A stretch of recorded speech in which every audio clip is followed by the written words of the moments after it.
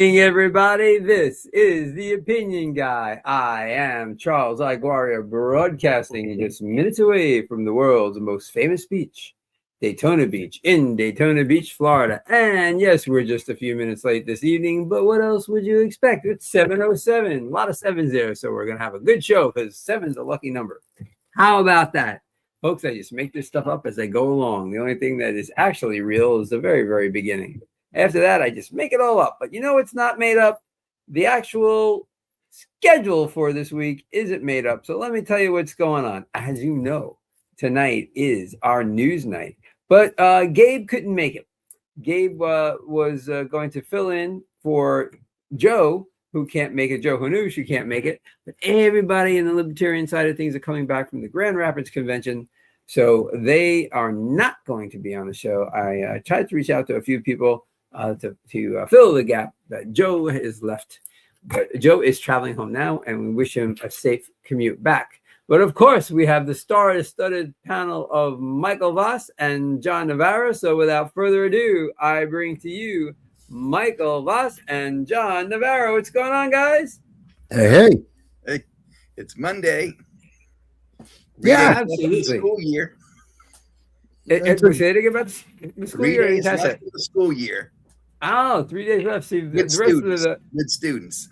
All the people in the north aren't used to that. Even I have to get used to that. It's about like 2 weeks before, right? Like in this middle of June and until everything's done over in the northern hemisphere. I used to go in New York till the end of June, like 28th. 30th. Yeah. When I was young, it was a long time. But we started after September 11th or Labor Day. Right. I don't remember any of that. I couldn't tell you. I remember. It was long. It was almost the first week after we got out. It was July 4th. Oh, wow. That seems like a long time. I just remember it being like in June. September. Yeah. It's like. So what are you going to do for the summer, John? What's that? What are you going to do for the summer? I'm going to see the Ohio presidents. What do you mean?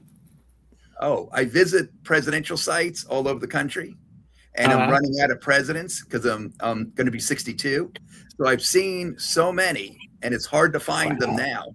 But I go to presidential sites. So there were 7 presidents in Ohio, and I've only gone to Taft. But my wife missed Taft because she stayed back at the farm in Alabama. Can you name them? Like I know everybody knows Lincoln. Okay. Can you name them? Garfield. Wait, Lincoln, Chicago, Illinois. Taft. McKinley. Is I missing anybody? Grant. I know.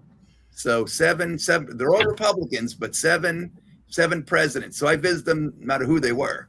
And so I've been all over the country, been to California, been to Iowa, been to Michigan. I've been all over. We went to Virginia like 3 years ago. We saw everyone in Virginia, drove through. Very good. Yeah, so your wife goes with you, and it's a road trip? Most of the time in the middle 2010s, I went on my own from Alabama. We had the kids. So she went to the farm, and we could drive. It took 2 days to get to the farm in Northwest Alabama. And then it took like 8 hours to get to Cincinnati and 11 hours to get to Hannibal, Missouri and stuff like that. So I would drive to get up north, but it took me over a day to get to Iowa from Alabama. So that was quite a trip up Missouri. Missouri is really long. Very long city. I've been to St. Louis quite a few times, because I'm sure you guys are not surprised. I think 6 or 7, something like that. That's a great little town, Midwest town. Yeah, we went there last year. We saw Grant's place he lived between the Mexican-American War and the Civil War, and at his in-laws. Nice. Grant's farm. Yeah. So, Mike, you got summer plans? What are you doing this summer? I do my show. All right. I don't take vacations. I don't waste my money on trips for no real reason. I'm an anomaly. I don't care about sports. I don't care about reality TV, Kardashians, housewives, the hell. I don't waste my time on that stuff. I only pay attention to things that affect the world. Yeah. You know, I don't watch TV. I honestly, and I say this with pride, I don't even know how to turn our TV on. I literally don't watch it. Like when I tell folks, if I see something on MSNBC or CNN or Fox, that's off their .coms, and I'm watching the videos there, right? YouTube, of course, Mike. I watch your show, and I watch Larry and the whole local stuff here. John, Jim Cameron of Looser Matters podcast. I don't watch TV. I don't even know. I watch baseball on my laptop. So I don't even know how to turn on the TV. I don't know reality TV at all. Like the best reality TV in the world is sports. So it's unscripted. Get creative. You can get creative. I bought bought access to a channel called Magellan. It's documentaries. So it's for geeks like me. Yeah. Documentaries. Well, they're interesting, at least. You know what I mean? You're learning something. Yeah, I mean, at least there's some knowledge to it. True fact that we got to get to some news. It's Memorial Day, folks, and sooner or later we're going to talk about what Memorial Day means to us. But true fact, I used to be a druggie, and it was like I was in my late teens, 19 or 18, and I did mescaline, and I went home and I watched the whole documentary on Gandhi. It was so cool. I loved it.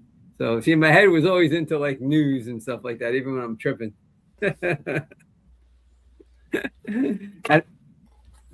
What, Mike? I'm just saying I'm not going to recommend mescaline to anyone. Young kids, I'm not recommending it. Don't do it. Although I'm saying all drugs should be legal, but I'm not recommending anybody. Oh, hell no, they shouldn't. Oh, hell no, they shouldn't. And actually, before I forget, you know who got me off drugs was Donna. Let me tell you this story. A little personal detail. If you guys want to give personal details, you can. Then we'll get into the news. I almost OD'd when I was like 19. I woke up in the hospital. And I just said to Donna, well, I guess I can't mix drugs anymore. I can't mix alcohol and cocaine. And she said to me, and she was only 17, and she said to me, I will never spend another night in the hospital like this again. Because the doctor said if I didn't take the IV, I was going into a coma. And you're making me choose between you and drugs? And she said, yes. And so I chose her. And I never did drugs again at the age of 19. So she saved my life.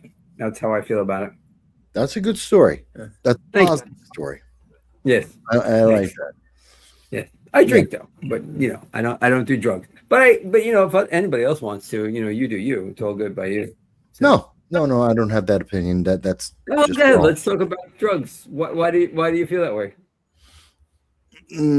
Because I've watched 25% of everyone I grew up with. By the time I got out of high school, 25% of all the people that I knew from kindergarten were dead. Well, where'd you grow up? Every single one of them is drugs. I grew up in the same place that I'm at right now, the Bronx. Really? Same apartment, same neighborhood, same everything, right here. And people in Florida will be fascinated to know this. You're actually on US 1, right? Yeah, I live right off of US 1. I'm literally a mile from US 1. I'm on it like every day. All I have to do is go north on US 1 and I could be at your door. That's eventually. Amazing. It would it's definitely a circuitous route. The scenic route. It'll take a little while, but you'll get here. Yes. Yeah. So we're talking about so you grew up on US. You grew up right in the same neighborhood you're in right now, and you saw a quarter of your friends same exact location. That's a lived experience that you can't deny for sure. I saw we had the crack craze back in the mid 80s. The shootouts on the corner. I've seen all kinds of drugs. I've seen different cultures in the area that have moved in and out of this part of the Bronx. The lie is that, if you make drugs legal, people won't use them. That's a lie. And, and people will use it in moderation, and that's a lie. And certain drugs are okay. That's a lie. Those are lies. I'm not some puritanical, never seen a drug in my life, never tasted a drug in my life. I'm not going to say that. But I will say I'm lucky enough to have understood the environment and the consequences so damn early that I didn't turn out to be one of the statistics that have surrounded everywhere where drugs are proliferating. It's not good for people. And it feels good, but that's the whole point of a drug. It feels good. That's why you do it. And that's why you don't realize how negative the consequences are, because they're not necessarily immediate. Yeah. It's just not good for you. How about marijuana? Are you okay with legalizing No. marijuana? No. Not even that. Just No. alcohol. You don't want prohibition, do you? No, I don't want prohibition. My biggest negatives, because I occasionally still drink alcohol, and I do smoke cigarettes, and so that's nicotine, and that's a drug. Okay. Psychoactives, anything that any substance that alters the state of mind, right, where you no longer have control. And when I say that, I mean it as in, if you take one hit of marijuana, your mind is gone. You've altered your mind until that wears off. You can't do anything about that. And it only takes one hit. You take one pill, you're under the influence of that pill until it works out of your system. You can't do anything about that. You have one beer, you are not mentally impaired. You can still reason, you can still react, you can still take actions. Something like that, something like a cigarette. Again, you're not instantly impaired. It takes time, it takes quantity, it takes an active choice to abuse that. There's a big difference. A lot of people don't talk about that. They don't think of it that way, but yeah, I do. All right. How about you, John? Should marijuana be legal? What's your opinion on drugs overall? As far as, let's go large, not just any particular drug. I'll start the same place I started with Michael. Do you think that all drugs should be legal, like libertarians believe, or not? No, they should be illegal. Okay. They're not good for people. They're dangerous. I've always run the other way. Yeah. So, yeah, I just think that it's not good for people in our society, and they should be illegal. They have caused a lot of problems in our society, and making them legal, I can't see how that would be better for society. Okay. How about marijuana itself? Singly.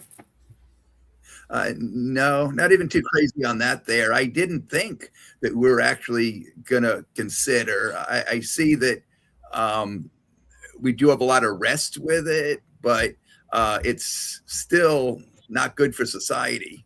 It's something that in my party, it's very popular to make marijuana, legal, but I'm not, not really for that. So that's just me. Well, you seem to be a bit of a mainstream Democrat. I was thinking about that earlier today. Would you like label yourself like a mainstream Democrat?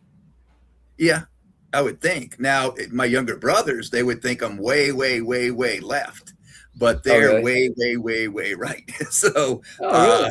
Yeah. So the thing is, there's not much, a little bit in common, but it's hard to find in common. So, but I would say I'm more centrist, and even some of my Republican friends are like, wow, you're really kind of centrist, and more than people I know. I mean, if you see Democrats in the area, they're way more left than me.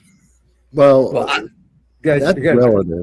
That's kind of relative. Like I hear this often from people on the left, and I'm sure it's probably true on the right as well, but I hear people say, no, I'm so much of a centrist compared to a very small bubble of people that they know. But when they're saying that to me and I consider it, and I'm looking at them going, you're a lunatic leftist. You have no idea. You may be more reasonable than the lunatics around you, but you're just as far left. Like if we had the Overton window, you're about a mile away from center. Your friends may be 10 miles away from center, but you're still a mile away. You're nowhere near centrist. And we see a lot of that. Now, I wouldn't say, I'm sure that exists to some extent on the right as well. Yeah, sure. Although given the culture, news media, and the self-correcting nature of the right and conservatism, you don't see it as extreme.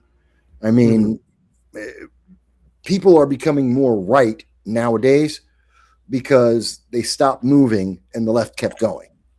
So they're not really right. They're just right of the movement left. And that's kind of interesting as well. I was listening to a Fetterman interview, and he feels that the Democrats have just gone too far to the left. What's that, John? Well, there's a thing too with populism, because for Trump, he's not the Reagan conservative for low spending, low government spending and stuff like that. So he'll be at times want larger spending than the fiscal hawks. So I wouldn't call Trump a fiscal hawk, but that it does become complicated. But I think that I remember it's like Memorial Day, and I remember that we used to have in the 80s and stuff, people who were more to the right on the military and the Democratic Party than now. Oh yeah. I don't now the Democrats are warmongers, just right along with the Republicans. So. Really to be as hawkish as Henry Jackson, people like that. I don't see people hawkish you're going in and out, John. In the Democratic. Oh, sometimes, John, you're going in and out. It kind of comes in and out. I don't see. Oh, what's that? Am I there? Oh, I think that in the 70s, people were more hawkish, at least some of the Democrats, for the military. In the 70s, people were more. I think the Democrats are more hawkish now. Oh, wow. That's a different perspective than I see. Yeah, because back in the 80s, there was all the peace, anti-nuke stuff and the peace stuff and all that. And now you look at Joe Biden, he slaughtered hundreds of thousands of people in Ukraine. I mean, he's going to hell, in my opinion, for what he did in Ukraine. He gave them just enough to tie, murdered them all, and Russians as well. Now, Putin gets most of the blame, but Joe Biden, if he just stayed out of it or gave Ukraine enough to win and not to tie, that war would have been over. And the country would have been saved and people would be alive. That guy's a freaking murderer. Hold on. Bill Bates is checking in. The wonderful Bill Bates. I have a friend who smoked a joint every morning before work when he was an assistant finance director of a county. Holy smokes. It never affected his work. That's an interesting thing, Bill, because, the tolerance is amazing. I have an incredible tolerance for caffeine. I can literally have 1,000 to 1,200 milligrams in a day, like 600 or 800 all at once in the morning, and fall back asleep. Like it does not really bother me. And I have a friend, a former friend, who was like 6'2". He'd have a half of a 5-hour energy, and he'd be like flying. So tolerance is an amazing thing, Bill. That is definitely true. I used to smoke a joint every day before school until that incident I was just referencing. Absolutely. Thanks for checking in there, Bill. I get what Bill's saying, but you got to remember as well, you're saying, well, they seem to be performing fantastic, except you don't know what their potential actually was, and you may not be aware of how they screwed up. And it's such it's an anecdote. There's one individual. I'm sure there is one individual in the world who can smoke crack every day, at least once a day, every day, and not be addicted. I'm sure that human being exists. Oh yeah. I'm not going to base policy on that person. Yeah. That's why health news can be so complicating, because every body is different. Just like in tolerance, every body is different. In health, there's general rules, right? If you smoke marijuana, generally speaking, you're going to have your job affected. But for Bill's friend, coworker or friend, Bill, for Bill's friend, it didn't really affect us. So that's why these things can get complicated, right? But that's interesting, man. Thanks, Bill. Yeah. All right. So, what's going on with your campaign, John? We haven't seen you in about 2 weeks. How's the campaign coming along? So, John's. Wait, before you even answer that question, let's promote. Wait, hold on. Before you even answer that question, let's promote this right here. John is running for Daytona Beach. All right. City Commission, Zone 1. The incumbent is Monica Paris. And they will be debating on Friday, June 5th, live on The Opinion Guy. I have not set up the format yet, but I got time. It's June 5th. I'll do it very soon. It's been on my mind. I got a mental thing going on there. I'm putting it all together up here. I'm putting it all together up here. You know what I'm saying? So I'm going to do that and get it out to you guys pretty soon, and actually create the link pretty soon. If Monica's watching this evening, I'll create the link to you guys pretty soon. She had asked me about that because I want you guys to be able to promote it. You know what I mean? So I won't wait till like this show. I send it out like 1 in the afternoon. I know you guys are coming on. You know, we're doing the show. It doesn't really matter when I get it to you. But for something like that, I will get it out early. You guys can promote it. Michael's going to his mobile, so let's bring him up this way. Hey, Mike. Hey. Yeah, sorry, folks. I'm on my mobile because my 15-year-old dog doesn't care about my schedule. All right, what's your dog's name again? He's got to walk his dog again. What's your dog's name again? Khan, as in Genghis Khan. I love it. I knew that. Just wanted to hear you say it. That's awesome. I forgot what we were talking about. What the heck were we talking about? Oh, John's going to debate the person who's running against Mike. Mike campaign. Yeah, Monica Perez. So I'll get the link out to you guys pretty soon. Everybody check in for that. I'm gonna ask folks in the neighborhood, folks in the county, in Daytona Beach to shoot me some questions. I'll come up with questions. There'll be an introduction, a main body with questions, and a close. You'll get a couple of minutes in the beginning to introduce yourself to the audience. Then we'll do the questions, and then a couple of minutes at the end to wrap things up. And just in case people are like, what? This guy's on your show twice a month? Monica and I are just as friendly as John and I. Monica, when she was campaigning originally, I'd see her at all the town halls, and we'd BS beforehand. We were at a wedding together, and always got along great, just like John and I do at the city commission meetings now in Daytona Beach. So I'm friends with both of them. But when it comes to asking questions, I mean, I'm not trying to rake them over the coals. I want you guys to hear answers. So we're going to ask solid questions. They're not going to know ahead of time. It's not hard to figure out, of course, what the burning issues are, but and then I'll get some questions from the audience as well. All right. So what's going on with your campaign? Okay. I've got my new shirts. So I've got 100 new shirts. Kind of fancy here. A guy on Beach Street, and it's Team John. So nice. Team John. Oh, very good. All right. So that last time I really liked. I really felt or part of my shirts. Yeah. It was Beach 79 Beach Street, and it's called Beach Squad. Okay. And they did my shirts. So I met a guy, and he lives in Daytona, and I tried to buy stuff in Daytona because running for city commission of Daytona. Support the local city. Right. So it seems kind of like you're doing it right if you're not supporting your local city in your campaign, right, and you're running for city commissioner. So I try to buy local as much as I can, if possible. And my stuff is from Daytona Beach, or most from Daytona Beach, as much as I can. Right. And yeah, so I got my shirts on Beach Street, and this took a week. And where can people so having people dress up and they can sign, wave on the corner, all that. Oh yeah, they're free. I paid for them, and so it's paid for through the campaign. And I document on my expenditures, that I bought them, but it's through campaign money. You have to do it that way. So it's through my campaign, but people don't have to pay for them. But it's free advertising.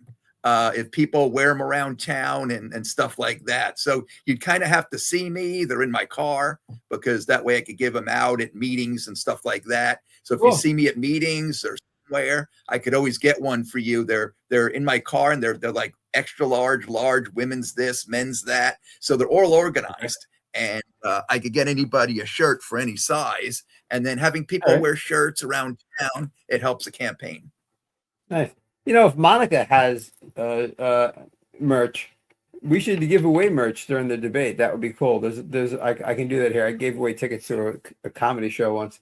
So that would be really neat. We'll do a little raffle thing as well.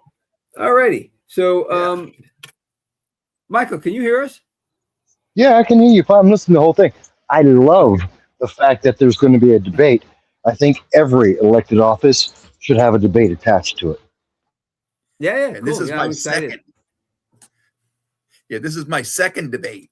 I had one with the Sons of the Beach. Nice. All right. Good. Yeah, with Monica, right? And I know you debated Joe Hanush, John and Joe Hanush, and a fellow by the name of Bill Partington had a debate a couple of years ago. Yeah, last election. Yes. Yeah. Yeah. That was a couple of years back. All right. So you know what, John? Why don't we start with you on Memorial Day? I thought it would be apropos for us to discuss what Memorial Day means for us. So John, we'll start with you, and then Michael, and then I will hit in the 3 spot.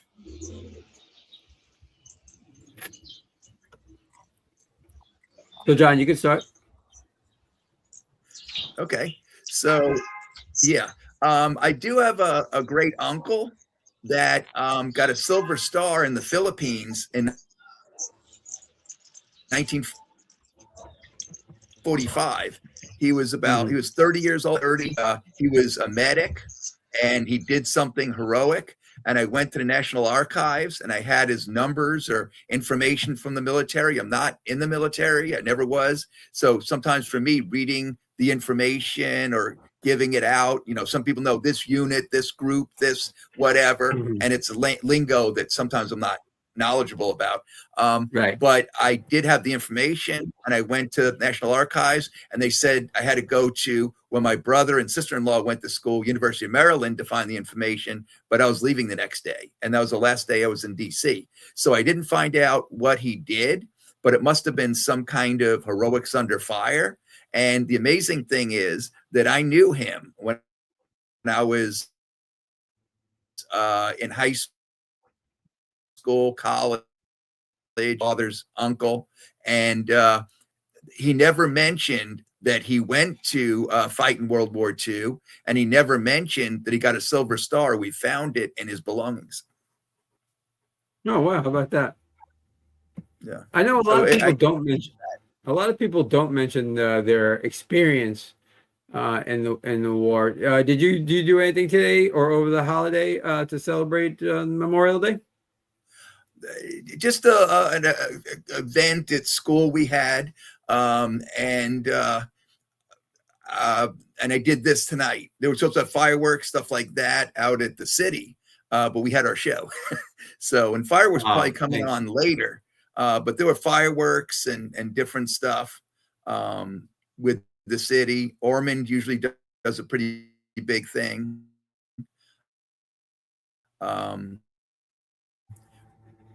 But I was going to go maybe to the fireworks, but we had this kind of it on this show. I appreciate that you would come here first. Alrighty, so Mike, what does Memorial Day mean to you? Well, it's interesting because you're right. A lot of people who've served in our military over the 250 years we've been around, most of them don't talk about it. Because it's not about the virtue thing, which is a relatively new thing. They really don't talk about it because it's part of the duty of being a citizen that when our nation calls, you answer. So that's interesting. For me, I think Memorial Day is very much a day about reflection, and it's very personal and internal. It's not about the fireworks. It's not about going out and showing something to other people. It's about your respect for our nation, your respect for the people who died to give us the ability to do everything that we do. The things that people complain about, the things that people forget that we can do and no one else in the world can do. It's become so common and so second nature for us. We think, oh, that's just the way the world is. And the answer is no, it's not. It's what we do because someone died, someone bled for it. And that's not normal. And that's what Memorial Day is for me. It's just remembering that everything that I like about this country, everything I hate about this country, every freedom that we have and or abuse, it's because someone died. And I think that's important to remember. Yeah, I agree. Mm-hmm. All righty. Yeah, I think it's important too. I mean, I know people are well-meaning and they'll say they'll thank veterans on Veterans Day, but Memorial Day is really supposed to be strictly about people who died. So I'm glad that Michael, you brought that out. I mean, I don't get offended. I was the first lieutenant in the United States Army Reserve. I never served in combat and got out when the reduction of force happened and the communists and Soviet Union fell. But I was always in the reserves, and back then the reserves weren't relied upon as much as they are now for all the wars we've been in. But yes, it's definitely for people who died. And I did a little preview if you read my blog earlier today on what it means to me. But I would like to just read from that mostly. I'll talk a little extemporaneously along the way. But if you put Memorial Day against the backdrop of the U.S. celebrating 250 years, I would say that we wouldn't be celebrating 250 years if it weren't for the men and women who died for this country. That's not to say, and I've voiced this before, that every war we fought has been important. However, it is to say that every person who has passed in those battles is important. My biggest wish on Memorial Day is the same as it was last year, and that's that we should have fewer dead people to memorialize. In other words, we shouldn't be fighting so much. And you can see a blog about that as well that I posted today. We like to think and believe that the people who pass don't feel the pain of death, but that pain is left to those who live. The soldier who died in the arms of his buddy, it's his buddy who lives with that pain. The airmen and women who were shot out of the sky leave loved ones who walk through life with the pain of losing that loved one. Those who remember the person who died in battle bear the scars of the war. So it's to them and of course to those who have passed. If they can hear this, and I believe people in heaven can hear this, those are the people I want to thank today, and thank you for your sacrifice and the scars that you bear. And thanks to all the people who have passed. I love being an American. I love being alive, and thank you in this country. And thank you very much. Alrighty. See. I like that. That's a nice statement. Thank you. Let's shoot over to. I saw something today that was really interesting. Actually, I saw it a couple days ago, and it was a headline on LinkedIn News, and the headline read that Honda is going to suffer a brutal year because their EV ambitions collapsed. And they are not the first car company who has gone down this road. No pun intended. That was the first thing I thought of. But it got me thinking, are we ever going to get to a place where EVs are on some sort of equal footing with gasoline-powered cars? Here's the deets on Honda. This is from the LinkedIn News piece. They reported it's their first annual loss as a publicly traded company ever, citing setbacks in its EV strategy that cost the company an estimated $10 billion. Earlier this year, the car maker canceled plans for 3 EV models in the U.S. and a deal it had with Sony. The chief executive, Toshihiro Mibe, says the automaker plans to freeze a Canadian project as well. They're scrapping a goal that Mibe set in 2021 for all Honda cars to be EVs or fuel cell vehicles by 2040. Well, all those goals are goofy. And he came to that realization and is canceling that. So Honda's in pretty bad situation there. And that really kicks off this discussion. I'm kind of curious, John, we'll start with you on this one. I'm kind of curious, where do you stand on EVs as a viable option? Will they ever take a decent amount of the market share? What's your opinion? And if so, what would move them into a decent amount of the market share? Well, I think one big problem is that they're hard to afford. That's just a big issue. because it's so much more for an EV than for the gas powered car. And I think that's what makes the difference right now. I really don't know. But I think that's the affordability, just practicalness of affordability, I think is what keeps people from buying an EV and choosing an EV. Otherwise, I think, and also maybe there was an issue where people were worried, at least years ago, and maybe some now, where they have to be charged. It's a lot different. Gas stations are everywhere. Yeah. And so if you can't charge it and you're afraid that you're on the highway and you're going to run out of charge, your car is just going to stop. So it's Right. a big change for us, and it was brought in very quickly. And I think that they didn't really go down in price. We didn't. I don't know how. I don't look for the charging stations because I don't have an EV, and so I really don't look for them. So I don't know how the charging station situation, whether that's a lot better. It might be gas stations and stuff. Okay, I don't know. But it seems difficult on those two ends with the cost and with the having to charge. I've heard of people saying, well, they get worried if they get low on a charge and they have to charge it up and that kind of thing. But I think in the future, I remember when I was in 8th grade in New York, and our teacher said that the Soviets are trying to put two hydrogen atoms together and getting energy from it. And he said that's impossible in 1978. And now that's done in Orlando. It's called fusion, and it's a different kind of energy.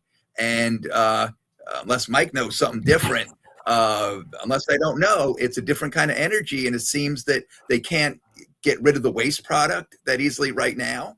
But it could be a game changer for society. He says no. What does that have to do with EV cars? I got lost. How does that? It's that you could go with energy in the far future with fusion, where you can put the two hydrogen atoms together.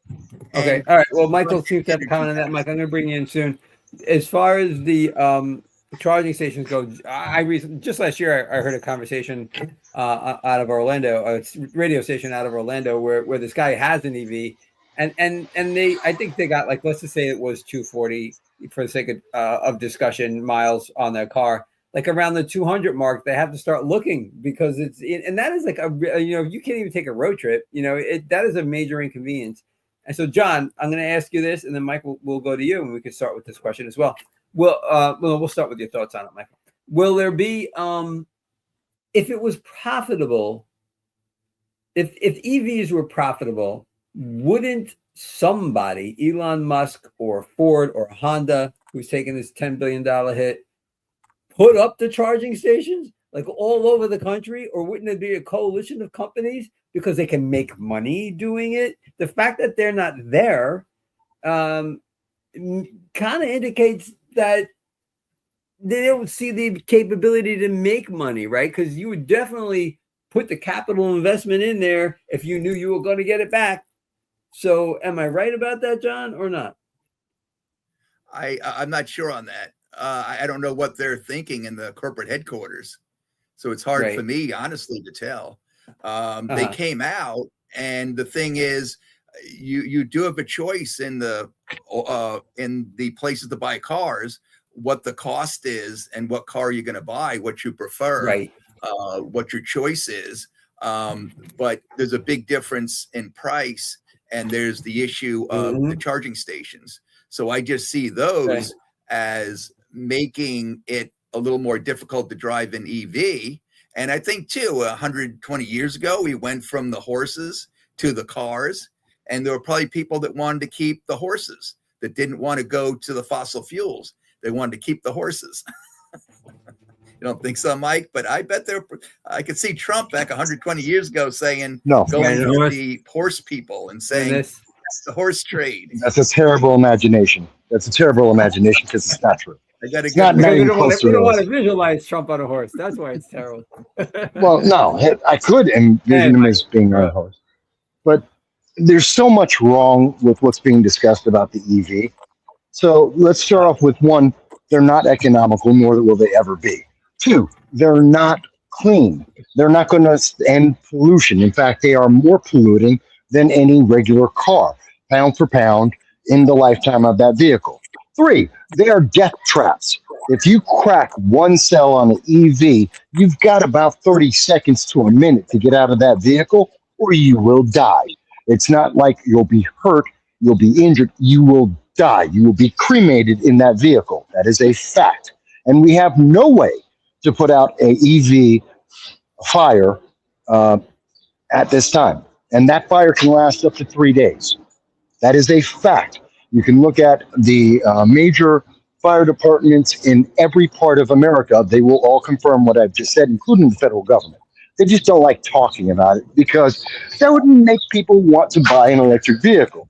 By the way, they are also cost prohibitive, not just in the purchase price, but also the maintenance. Because if you have a fender bender, well, 9 out of 10, because of the size of the battery, you're looking at $12,000 to $25,000 to repair that fender bender. That is an accurate number from several bodywork companies that deal with electric vehicles. I know a couple of people who do that. And so it is cost prohibitive. There is also virtually no resale value because a battery is a finite resource or tool, I should say. And as you use that battery, it dies. And so unlike a car, which could be old and you can put in a new carburetor or you can clean the engine, when the battery is dying, it's dying. You can't just, we'll just give it a new charge. It isn't going to happen. So those are some of the big problems with why people aren't adopting it, besides the fact that it's just pound for pound not as good as a gas-powered vehicle. That's just a fact. The problems start compounding from there. Charging stations, they don't really exist. We just spent over $300 million. I think it was actually closer to $500 million under the Biden administration, and we built 6 charging stations across the nation. 6. You don't have charging stations across the nation. And no, it's not common for people to charge up in gas stations. It's become accepted because, well, some people have electric vehicles, so it does happen. It is not a norm. It is not expected, and it's expensive, both to maintain and for people to use. There are so many problems with the electronic vehicles, and they're trying to force us into it. And that's ultimately, what do you see? They're trying to cut down the number of regular vehicles and parts for the regular vehicles, so people have no choice but to use an electric vehicle because it's a wonderful virtue signal, but it's not actually a better vehicle, nor does it have a better future. Mike, what do you mean by that? I'm talking about the government. The government, Democrats, the eco-fanatics out there that are trying to change the way we live because they don't want us to live the way we have been. Because they're saying, no, it's going to be so much more better my way. It's ridiculous. What's the irony of Elon Musk owning part of I know he doesn't own do more than like 12%, but Elon Musk owning Tesla and then trying to sell the cars on the White House lawn. Wasn't that ironic?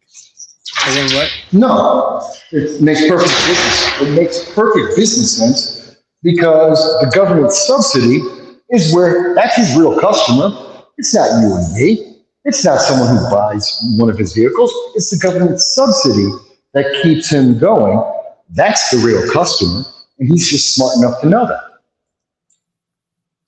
So, Michael, you obviously don't think that you don't see a pathway for cars to EV cars to ever kind of come like even like a third of the market, right? They, on their own, absolutely not. They will be forced onto people by the government if the leftist progressives get their choice, which is what they demand, that we have to end all combustion vehicles. You've already seen that at colleges. They say it all the time. If they had their way, yeah, we wouldn't have any combustion vehicles. But that would put us at a military and personal private citizen disadvantage. It'll destroy our economy and the future of innovation. It's absolutely horrible. And again, the lie that this is helping planet Earth is only true if you actually do no research and just accept whatever headline you put out there, which is just sales material. I do have some stats that comes from Edmunds while we're talking about whether or not it could ever be a viable part of the car market. According to Edmunds, the EVs are approximately 2.1% of vehicles currently on U.S. roads. In terms of new car sales, EVs make up about 6 to 8% of the market, which is down from a record high of about 10% late last year due to government incentive shifts. So the Trump administration took away like a $7,500 incentive and other things that were being given under previous administrations. So they're not a big percent, 2.1% currently, and new car sales are 6 to 8. So, I just don't think the market's really there for it now. Here's for a little piece from, I'm sorry, that's not it. That's the one we had up before. I'm going to share the screen, give you guys a little of what Trump has done since he's been in office. Let me grab, there's a CNN article here. Share the screen. CNN article here I'm going to bring up in 1 second.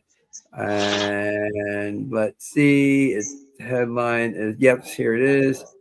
And you can see right here on the shaded area, Honda and other global market makers downshifted their EV ambitions after, kind of like, I feel like when I read this, CNN is trying, the writer here, Isadora, the writer's name, is trying to blame the Trump administration because Honda and other global automakers downshifted their EV ambitions after the Trump administration changed the U.S. emission rules and ended a $7,500 tax credit. Okay, and that's not taking into account. Okay. That's not taking into account Germany and its production, China and its production, and the reductions internationally, because many countries have run into the same problems. In terms of energy usage, now you need more power plants with more connections to more charging stations, using that more often. So unless you want to use nuclear, which would be nice, but the eco-fanatics hate nuclear for some unknown reason, then you're going to have a lot more coal because wind and solar and all the green initiatives are absolutely useless and ineffective. So, yeah, it's a bunch of virtue signaling madness. It's just useless at the end of the day. It does say here that EV sales fell sharply after the tax credit went away, which that's only logical. Of course, people are, if they don't have a tax credit to take advantage of, really any product, you're going to see a drop off of some sort or another. And frankly, the government should not be giving, the government shouldn't be putting its finger on the market any way, shape, or form, no matter what the product may be. Let the market decide for itself. Let's see, the recent spike in gas prices have not made a significant increase in EV demand by U.S. Buyers. I think that's very telling because they're not very useful at the moment. So that's a little bit on EVs. They got a long way to go before for me personally, I don't really care what powers my car, as long as it powers my car when I get in it and press the button or turn the key, which is, some people still have a key. Then it goes, whatever. I don't really care, but I would not pay more. You know what I mean? I think my car payment's enough as it is. I would not pay more for an EV, and the government should not be getting out tax credits at all for anything. We got a comment here. Michael was walking. That was Hal. Hey, Hal, what's going on? That was Michael walking his dog. Yep, we had that a little bit. That's okay. Thanks for checking in, man. Appreciate it. All righty. So there we are. EV's got a long way to go. We'll see what happens there. So, Michael, you had some news. Are you back on? I'm back. Switch. Okay. Let me see. I'll take it off of here. And there we go. You got two of them. Time's better. Yeah, well, 2 times the mic is actually great news, you know? Who wouldn't love that? Hang on 1 second. You're doing both shows. I noticed some really nice roses or something, red flowers you were passing by. It looked like a nice neighborhood. No, it's really not. It's really, and about 50 years ago, yes. Now, no, it's a horrible neighborhood. Too many immigrants who don't care, and because they're all illegal. We need some ice to clear out the area. Then it might become nice again. And where are you at? Because I knew New York City pretty good when I was growing up, but it's been a while. Boston Road over by Gun Hill. In what borough? The Bronx. Okay. Yeah, I only knew Riverdale. That's where my grandmother lived. No, that's on the west side. That's entirely different. Shishi people, but that's another thing altogether. Most of the people in the Bronx don't count Riverdale. It's west side of the Bronx. No one counts it. It's more like Manhattan.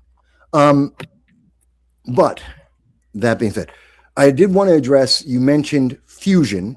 Fusion has been a dream of energy since the 1930s. It's always been a dream. Yes, it could be a form. It's what the sun does, and that provides a lot of energy. There is no waste that comes out of it because it's fusing things together. You put the energy in, it gives out more energy. It doesn't have a waste product. There is one experiment that has claimed to have created cold fusion. It is it cannot be reproduced, irreproducible. Which in science, if you have a theory, a theorem, an experiment, and you can't reproduce that experiment, it didn't happen. It's not real. So, no, we don't have fusion. It doesn't exist. If we did, it would overnight change everything in the world.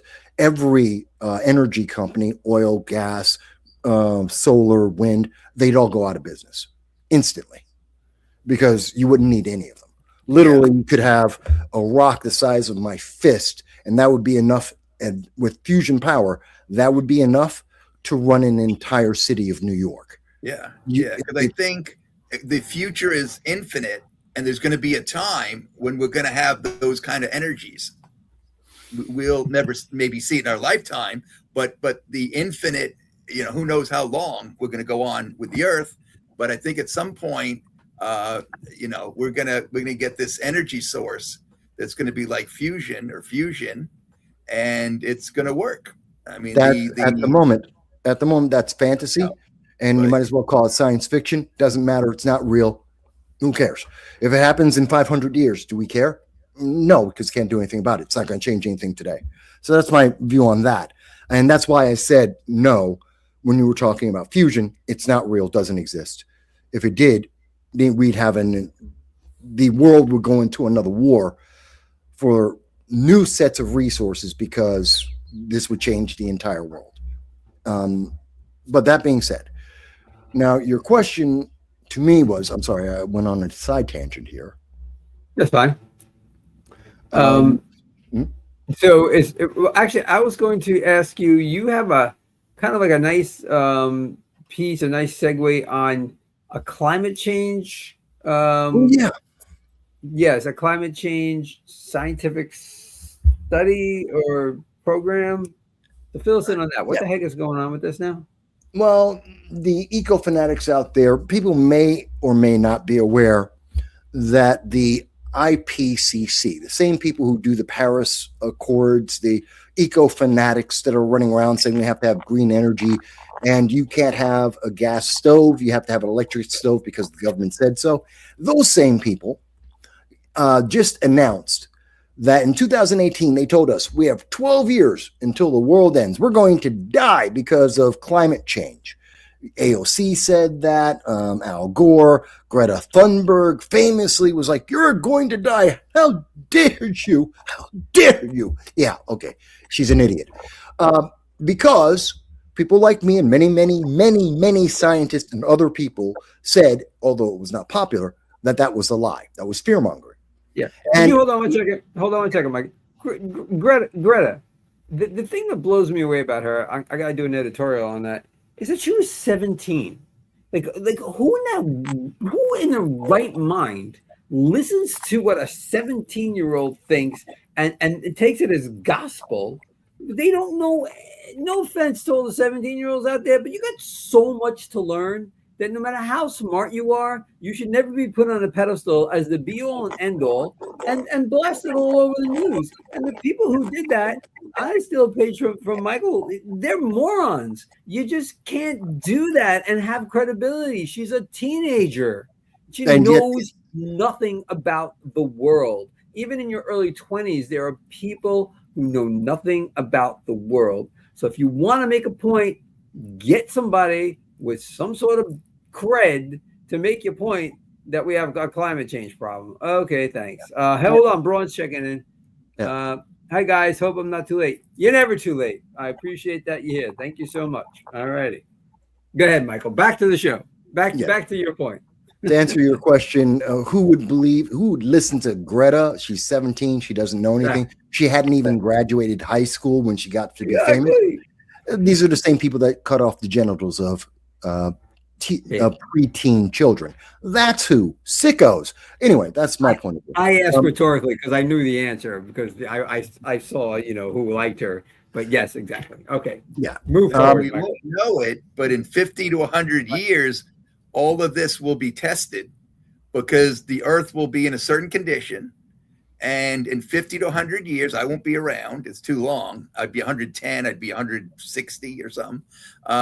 But in 50 years, 100 years, when like my grandchild will be around, we'll see what the earth is like.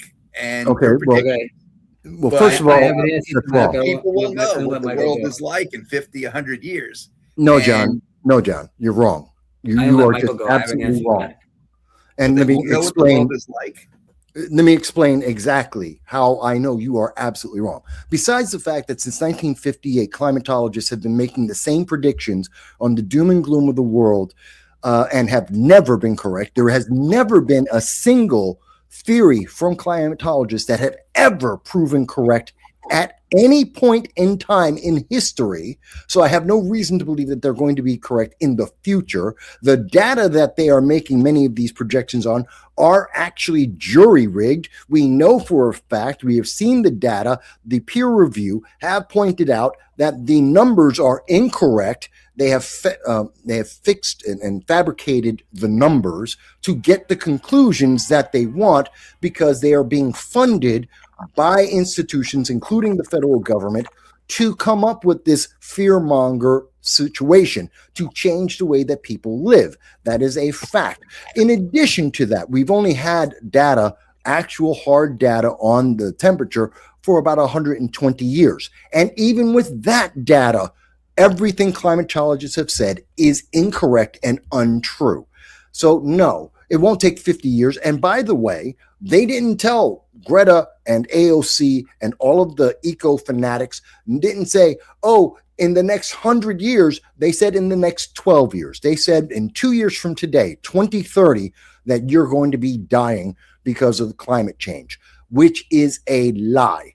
And they just came out, the IPCC, the UN, came out with their report saying that their worst case scenario, that death march in 2030 doesn't exist. It's not real. It's not going to happen. They lied to us. Then they further.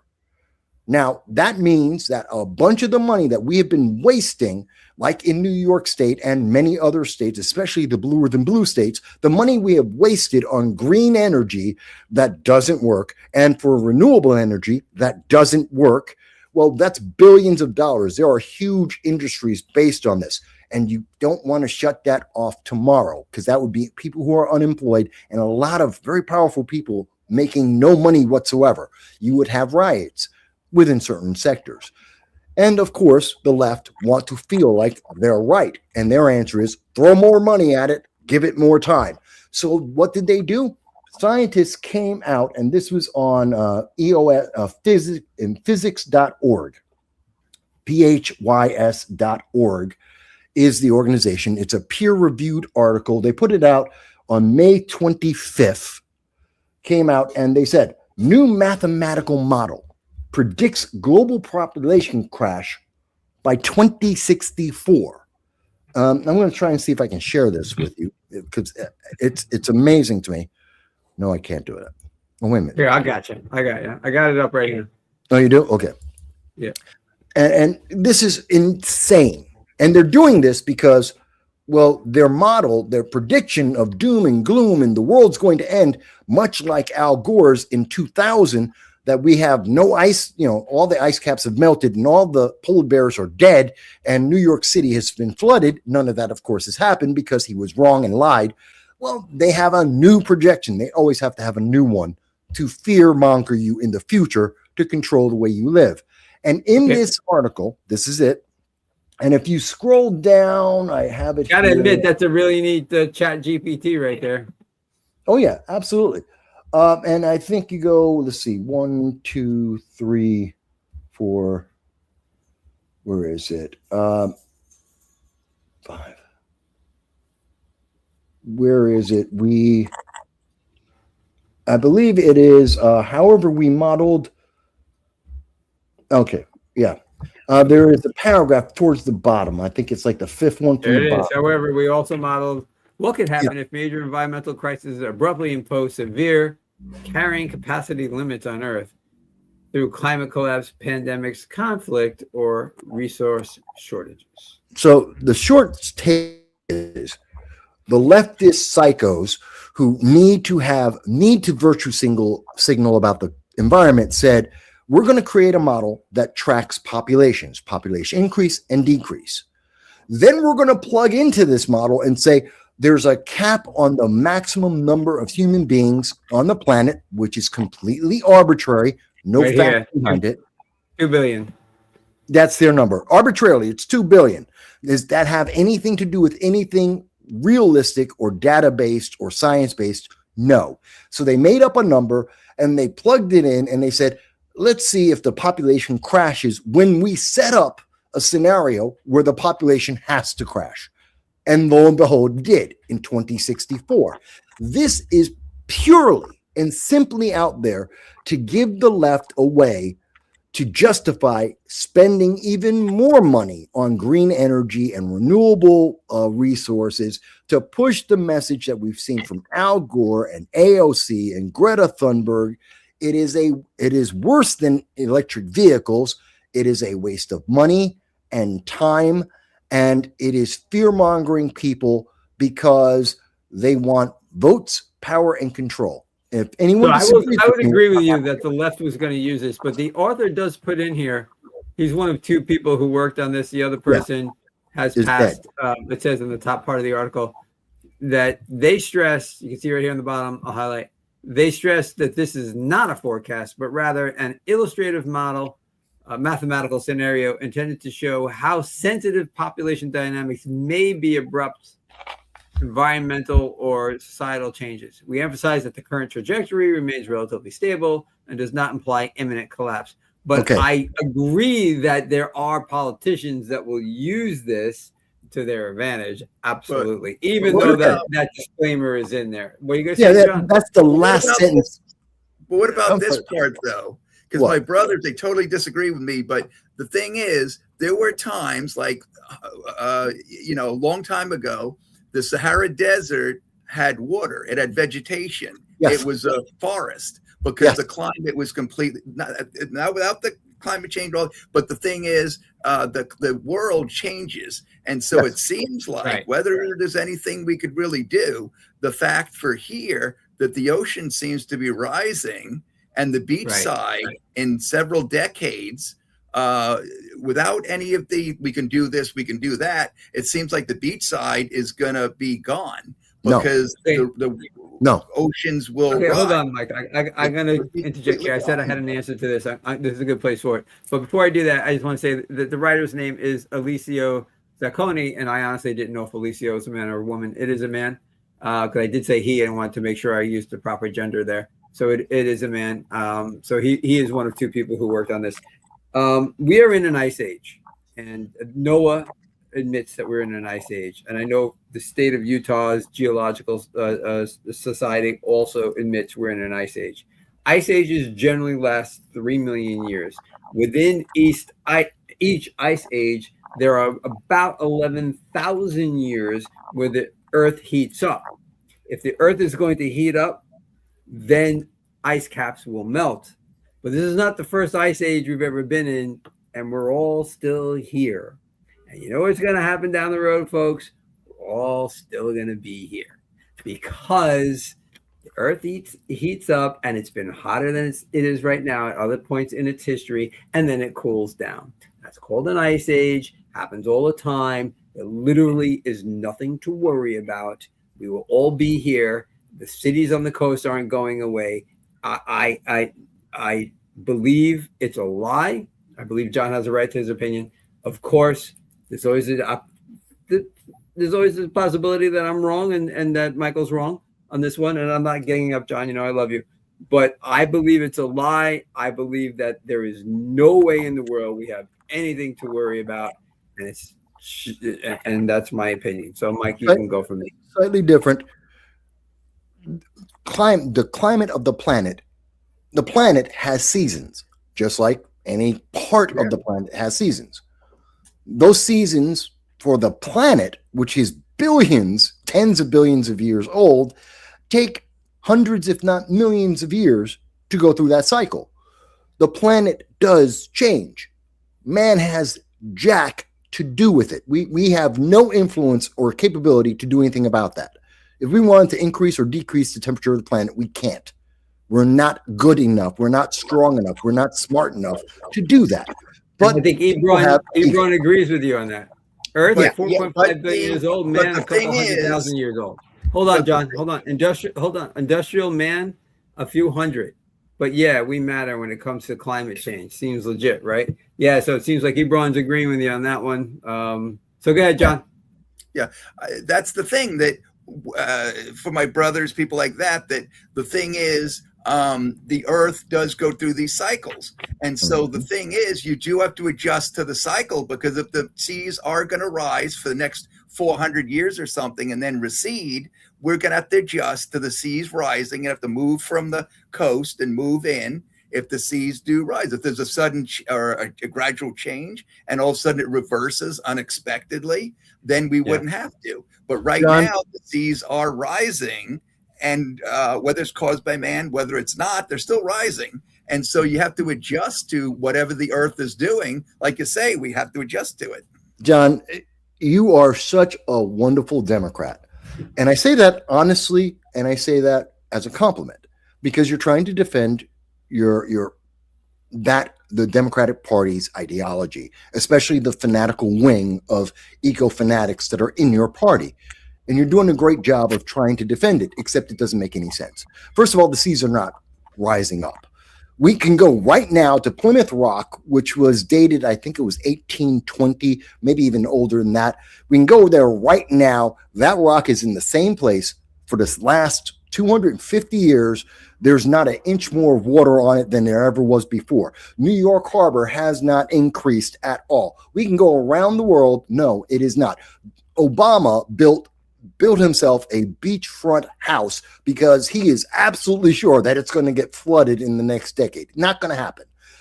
That's not real. And by the way, you are talking about 400 or 500 years. God knows what happens in that time frame. Human beings don't have the data set to figure that out. You could be right in 500, 1,000, 15,000 years. But here's the thing.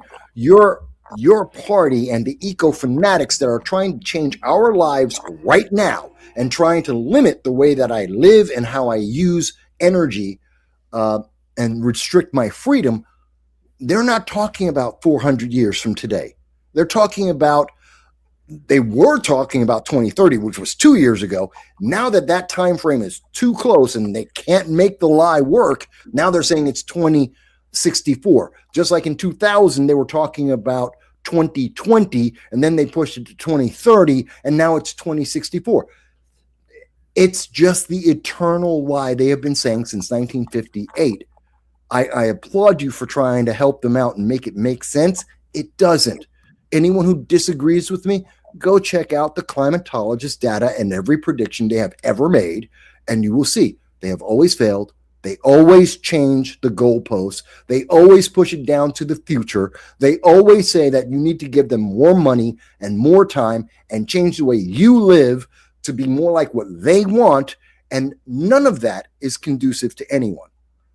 Every single time. So Adirondack is checking in, and he says that when a freight train hits a mosquito, the freight train slows down. So that means that you don't believe that the Earth's that climate change is an issue because the Earth is the freight train and what's happening is the mosquito. So it's really yes. Am I reading that? Yes, you are. Yeah. Okay, I'm reading that correctly. Okay, cool. And then Braun says the oceans are rising. Oprah, I'm gonna buy me some land in Hawaii. Remember the Rand Paul who went to battle with Congress over low flow? No, I don't remember that. When did that go down? No pun intended. Toilets. I never heard someone more confidently wrong. I don't know. Oh no, Mike, Hal slamming you. You're slamming me, Hal, because I believe that climate change is a joke. I don't even. You know what? I'm gonna dovetail off of climate change and go into recycles. I don't know how many people know this, but just so you know, everything you're putting into the recycle bin is a colossal waste of time. Because in 2018, China stopped taking the world's garbage. The market dried up. So now the waste management companies are just throwing it into the landfills. I literally did a story on that. If you want, I'll put it in the notes later on tonight. Anywhere from 25 to 99% of the things you think are going to be recycled are not, because waste management companies aren't in the recycling business. They're in the making money business. And when China stopped taking the world's garbage, that market dried up. So in Volusia County, the governments admit it.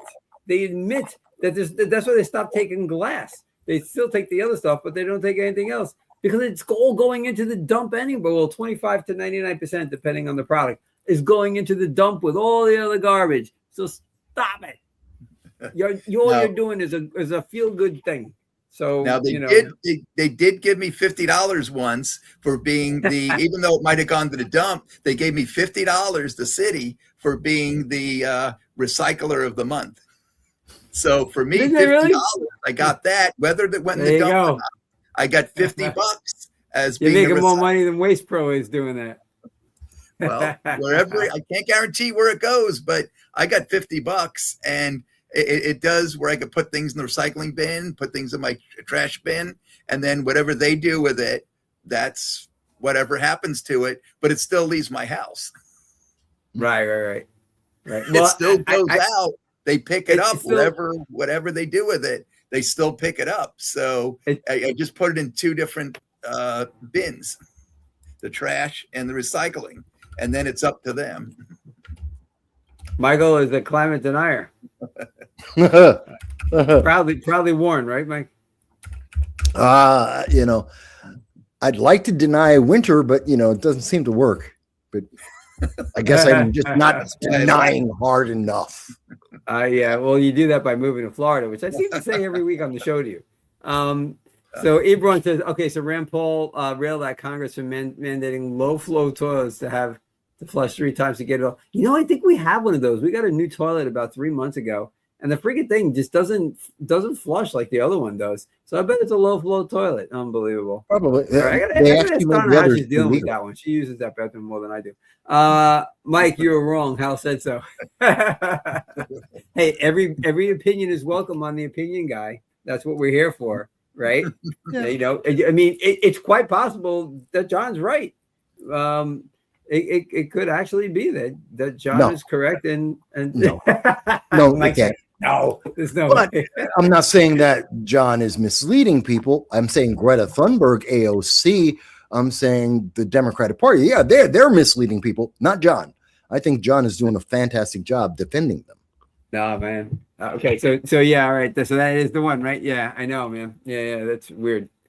Absolutely. Now, I used to teach world history, so I do know something on how the world was, how the Sahara Desert was at one time. There used to be animals running around it. It used to be a different climate. We had the ice ages. We had other stuff. Some of it was caused by volcanoes. So there was a logical thing where the volcano blocked the sun. And therefore, for a period of time, the earth had cooled because the sun was blocked by volcanic ash. So other times I can't explain why it changed, but it does forgetting cycles, and you do have to adjust to it. Whether it's caused by man, not caused by man, it's adjusting to whatever the earth gives us. Just like the winters. I wish the winters weren't quite that cold in New York, but finally I got to leave in when I was 16 and never went back. Yeah, but you're leaving out things like, see, that's 65 million years ago. Let's go a little bit more recently to the Siberia. The meteorite that hit in Siberia that caused the Middle Ages mini ice age, as it's been identified, which is normally not included in the hockey stick message of climate change that the left gives us. My point is that the more you learn, the further you get from the headline and the policy that says reaffirm the headline, the more data you look into, the more you find that there's error after error after error, that none of the data is consistent, nor would it lead anyone to be confident in it. It's barely considered a science because it's so inexact and so fabricated. And we shouldn't be making life-changing policy based on failure, absolute, abject, complete failure that is dependent on public fear. And the love that fear. And it's really sad. And that's, people may say, well, Mike, but what about, we can go through all the data. I've been studying this for a long time. There's a ton of data out there. I understand people feel like, well, let's have a cleaner world. I'm fine with that. We can have a cleaner world. People confuse, let's clean the world with, and we have to have the climate change in idiocy in our lives. I'm very anti-solution. I agree. Hold on. I agree 100%. So, okay. So I got a question for you, John, from Bronner. Did man cause the lush lands of the Sahara to become a desert wasteland? Do you know? Have you ever thought about that? I do not think it did. No. It was that it went through cycles, and there were different cycles, and therefore, at some time, the Sahara was a forest and had rainfall. And then it evolved now into not having the rainfall. And then you go 1,000 years, 2,000 years, 5,000 years from now, it could be completely different. But you don't know. You don't know what direction it's going to go in. So you really don't know. I mean, I grant everybody who believes in the climate change is real that we don't know. It's just my belief, and you have yours. So let's clarify something about the Sahara. The Sahara that was a fertile jungle was 65 million years ago, not 5,000 years ago, not 10,000 years ago. It was 65 million years ago. In 5,000 years, the Sahara won't be a forest. It's not going to happen. That's the time frame is completely wrong, and conflating the wrong time frames allows these erroneous policies to be shoved down our throat. People confuse that and they go, well, 5,000 years, who knows what's going to happen? No, that's not how it worked. That's not the time frame. There's a lot of other factors that I can bring up. It's absolutely wrong. I understand the feeling behind it. And I understand that if we're looking at 65 million years, I'm not even going to try and guess at what can be happening out there. But I can tell you that with absolute confidence, within the next 500 years, climatologists, based on everything they have done so far and all the data they've collected, they're wrong. They have been wrong, and they will continue to be wrong. Absolutely. I just want to say one thing about the 65 million years. I still hope the Cubs haven't won another World Series in the next 65 million years. I just had to put that in there. That's possible. Sorry, Cub fans. No, I'm not sorry, Cub fans. User's been banned. Nailed it. The climate and the planet is fine. It's the people who are effed. So we should do a whole show. Are the people effed? That's an idea for a show. how bad is the population? And by the way, user bin, you could say the fuck word on here if you want. I don't care what YouTube says. I'm not one of those people who's trying to hide it. You could say rape, fuck, COVID, murder, whatever you want. If YouTube doesn't like it, they can shove it up their ass. How about that? And I don't curse, but I just want to put that out there. I don't care. This is called free speech. If you like to use F, go ahead. That's fine too. But if you want to put they're fucked, say it. I don't care. So what else we got here? Yeah, but to get back to the original point was that article, which we showed. Oh, yeah. It is self-defeating, and I think it shows how insidious this is because it's taking the goodwill of people like John. And I do believe, John, you are absolutely good-willed and you have the greatest of intentions. And I respect that, and I have no problem with that. I may disagree with you intensely, but that has nothing to do with respect and an understanding of where you're coming from. But I think this article is taking advantage of that. And they're creating this scenario that creates a Greta Thunberg kind of environment that takes advantage of good, honest, really genuine people like John. And that's what gets me pissed off. And I think that an issue, maybe you totally disagree with this, but the thing is an economic issue. I'm running for city commissioner. An economic issue might be something like building a hotel on the beach. And what is the condition of the beach? What is the condition of the ocean in the next 100 years? Because you want that hotel to last a really long time for decades. But the thing is the ocean, I can't guarantee it's not going to, I don't have a crystal ball, but the thing is, it could rise. And the thing is, there's less, the ocean, definitely, I can see it physically from when I was a teenager. The ocean has come closer to the hotels. Either that or the hotels have gone closer to the ocean. And I don't think that's possible. Erosion. Well, but, erosion exists. Okay, but the thing is, if you have a hotel and you're building it, the ocean rising is an issue that may affect whether you're going to have profits at the hotel. So that might be something. And I can't guarantee the ocean is going to go out. The ocean is going to come in.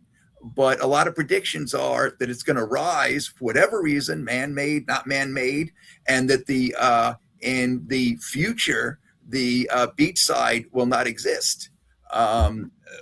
With the current warming of the earth. That's what the scientists say. And now you could disagree with the causing of it and stuff, but that's the current trajectory. And so the trajectory is moving in that direction. Yeah. I got a question. But it's moving. John, I got a question for you as far as like the science is concerned. Yeah. And that is science is wrong all the time, right? You know, when the Europeans came to America, they actually thought that the atmosphere here was weaker than over in Europe, and that humans and animals wouldn't grow as strong. And literally, some of our founding fathers were out in upstate New York measuring the animals to see if that's true. At one point, we thought the world was flat, and then we found out it wasn't. I mean, there's so many times where COVID, the vaccine, they were wrong. There's so many times science has been wrong. They're like, how can you put your faith in it that it's right about this when we know we're in an ice age, and we know within each ice age the Earth heats up. So how can you believe science when there's no settled science? Obama was science, if it's good science, is always being questioned. So how do you believe it? Like, how do you deny that might not be true? There's always a possibility. Any science could be wrong. And these are predictions on the future. So it's not guaranteed predictions on the future, but you just see current trajectory. And so there is the temperature of the earth, things we can test. And the thing is, I agree that you can't there's two things. Is the earth warming, and is man causing the earth to warm? They're two different things completely. And the thing is, the earth, as far as I could tell, unless the math is completely wrong, the earth is warming. And we have if the earth isn't caused by man to be warming, we have no idea when it's going to reverse. And we have no idea too, like now there's no volcanoes, no reason for it besides possibly man-made that causes the Earth to warm. So I don't know why the Earth would be warming, but it warms, it cools, but it does affect how we live, and it does affect economic decisions that we have to make, whether we like it or not. But the science isn't always exact, but a lot of the science, like gravity, it's hard to say gravity isn't real. You could deny it. My pen dropped. Was there a chance it didn't? I got you. Okay. Yeah, but not the same thing. Gravity is real. It Yeah, dropped. but gravity and the pattern of the Earth and our snapshot of which many climate scientists are making projections and policy on are not the same things. And you're conflating them to make them sound like they're the same to justify the position you have. That's not correct. It is massively incorrect to make that conflation. And we can go into massive amounts of several of the things you've said are factually incorrect and are fundamentally, as our basis of understanding of the science, is incorrect. And the problem is this stuff takes hours to go into all of these details, all of the sourcing. It takes hours to honestly have a real serious debate and understanding of it. I can't, again, my biggest problem overall is that government is using this information to force us to have a certain lifestyle and have a certain limitations on the way we live, especially in America, where that's antithetical to our foundation. And that's where my biggest problem is. Look, if people want to live like the world's going to end in 2064, just like they were living, it was going to end in 2020, fine, fantastic, knock yourself out. I don't care. You're a grown adult. Do whatever the hell you want. But I don't want the government telling me, oh, but you can only have this kind of stove. You can only have this kind of a car. You can only travel in a 15-minute city. These policies are connected. They are interlocked and interrelated. And if you chip at one piece of it, the whole puzzle breaks, which is great if you believe in freedom. It's absolutely horrendous if you believe in a very controlled society that is run by a very specific group of people. And sadly for me and people like me, we're not part of that control group. We're not the ones in charge. And the people who are tend to be more like Greta Thunberg and AOC and Ilhan Omar. And that's terrifying to me. That's very terrifying that those people will be allowed to be in charge of, hell, they're barely capable of keeping themselves in charge of their own lives, let alone anything else. But that's where it gets really out there. User's been banned explains not only his name, but why he used effed. I'm on YouTube's censored list. Alrighty. True. Okay. Mike, there is a question for you. How bad it was. We already covered that, Hal. 8.5 with what is RCP 8.5? That's the prediction on the destruction of the world because of the temperature. Oh, that would be a 5.5 Celsius increase. It's the doom and gloom prediction of the world's going to end. There's a couple of different scenarios and targets that the climatologists have predicted that the media often, like in the headline we just saw, they hype it to get the most fear and the most views and have most political impact. But we already covered that answer. Actually, go back and listen to the show again. We're actually talking about that. I actually already covered it. So user Bruno brings up, I remember when they told us paper bags at the store were killing all the trees. Then they gave us plastic bags and took our plastic straws. Yeah, the plastic straws apparently were kind of meaningless. Those were the days. Plastic bags in New York too. We're back to paper bags, or you bring your own cloth bag to the store in New York State. We went from paper to plastic, got rid of the plastic stores. Now we use paper straws, and now we went back to the paper bags that we were using back in the 70s and 80s. And you shop at a great store. Publix Yep, is fantastic. exactly. I absolutely love Publix. I feel so. Publix, for people who don't know, is the greatest grocery store in the history of mankind, or at least in the United States. I'll give you that. You feel it is such a homey environment. I go to the one in Port Orange up here in Westport. Everybody's so nice, such a hometown feel and friendly, and I BS with the people and it is just such a great. It is fun. It's an experience. It's just and the food's and they make some great food themselves. We cater, and it's really a great place. And the BOGOs are fantastic. All right. Getting back to the climate change. You ever see Al Gore's compound? I actually haven't. Doesn't look like he's concerned about the climate. Yeah, well, I'm sure he's not. Or his jet travel. Well, none of them. The jet travel. It's such a farce, right? John Kerry, another one. Yep. Mm-hmm. Did Greta transition into Hal? Sorry, Hal. That's fine. Hal, while I'm thinking about it, do you follow baseball? Because it says Hal New York in your handle there. So I'm wondering if you're a Yankee fan or a Met fan. And if you do follow baseball, Hal, do you know that I have a show on Tuesday nights that's all baseball? It's like this. It's a panel discussion. So definitely come on board. I agree with you. Reusable clothes. Yeah, we use them. I can't stand taking those plastic bags and having to return them. But we do. And but when I shop on my own, I don't use the reusable cloth things because I feel like I'm being forced to, and I don't like being forced to do anything. Oh, you're a Dodger fan. Go Dodgers. All right. Did you see the show where we have the clip of Jackie Robinson at City Island where he broke the color barrier? If you didn't, I'll send you the link to that. Bill Bates. Did you know that Bill Bates' dad, Bill Bates, who comments here, his dad was Jackie Robinson's bat boy here in Daytona Beach at Jackie Robinson Ballpark, which at the time was called City Island Field. I don't know if you saw that show or not. So yeah, all right, cool. Anyway, Ms. Brano was the reusable. What?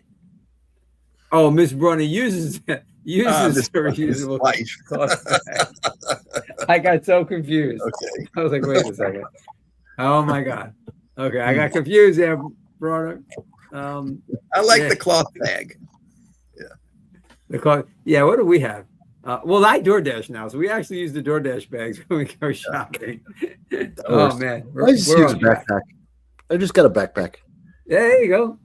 That's great. I started using backpacks because I used to ride a motorcycle every day, and I never stopped using it. Yeah. I want to go over. I can't wait until there's some sort of announced agreement so we can go over it. I've tried so many times during the course of the show to see if there's any announced agreement between the U.S. and Iran, so we can go point by point. But I literally checked while we were having this conversation, and it's still this like conjecture and stuff. Point by point. I mean, we'll find out, and point by point, we'll go through it, just like we went through the China-U.S. the Xi Trump agreement last week. I think that would be exciting to do. Alrighty, so I think we beat that pretty well. That topic. Yeah. I think we covered that one. It solved nothing. But of course, if we could solve it, we'd be solving it, and we wouldn't be talking about it. I guess. Does that make sense? So Mamdani is insolvable as well because he does things that nobody understands other than him. So what is going on with him now? And something about schools. I don't know if you guys heard about this. There was an editorial from the New York Post. An editorial. So this wasn't an opinion of anybody talking about anything. It was the New York Post putting out an editorial about schools and Mamdani's plan for preschool. Did you guys see that yet? Just a little bit. Okay. So to sum it up, basically the editorial board, obviously in charge of all of the news and getting all the different departments, they're getting the data. Mamdani promised that he would have basically a free pre-kindergarten facilities across the city for kids. Okay, parents will be able to drop off their kid. Huh? Oh, a half day is paid for by the government. A half day. Half day. Wait, is that in Florida or is that what Mamdani wants? What are you saying there? No. Mamdani wants free pre-K for children.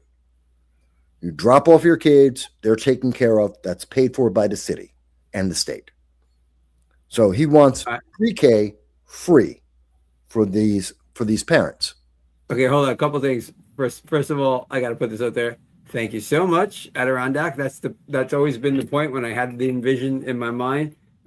Great opinion show. Yeah, people here are not agreeing with it. Yep. Thank you so much. I try to, I search for those personalities, and Mike and John come through. And when Joe's on here, he comes through as well. Joe Hanush is leading voice in Volusia County Libertarian Party. He's on his way back from the convention that was in Grand Rapids with the Libertarian Party. Yeah, thanks so much, man. And then Brona says, I agree. I've only seen the show a couple times, but enjoy. Thanks. I really appreciate it. And when I have other politicians on, it's kind of the same thing, even if it's a one-on-one conversation. If I ask somebody a question, I will never like harp on their answer. Like when I asked John about believing scientists, even though they're wrong, if I'm asking John his opinion, I'm not going to attack him for his answer. I think that's childish. I asked him because I want to hear it and get it out there to you guys, and you guys can make the decision. So when I have a one-on-one conversation with politicians, we kind of act that same way.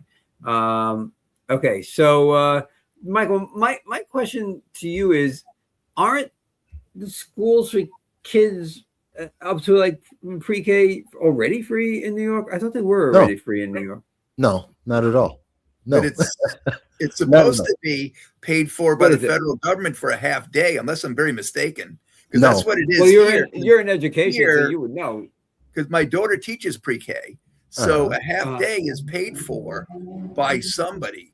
So somebody besides the parents pay for half a day, but then the other half of the day is optional if the parents pay for it.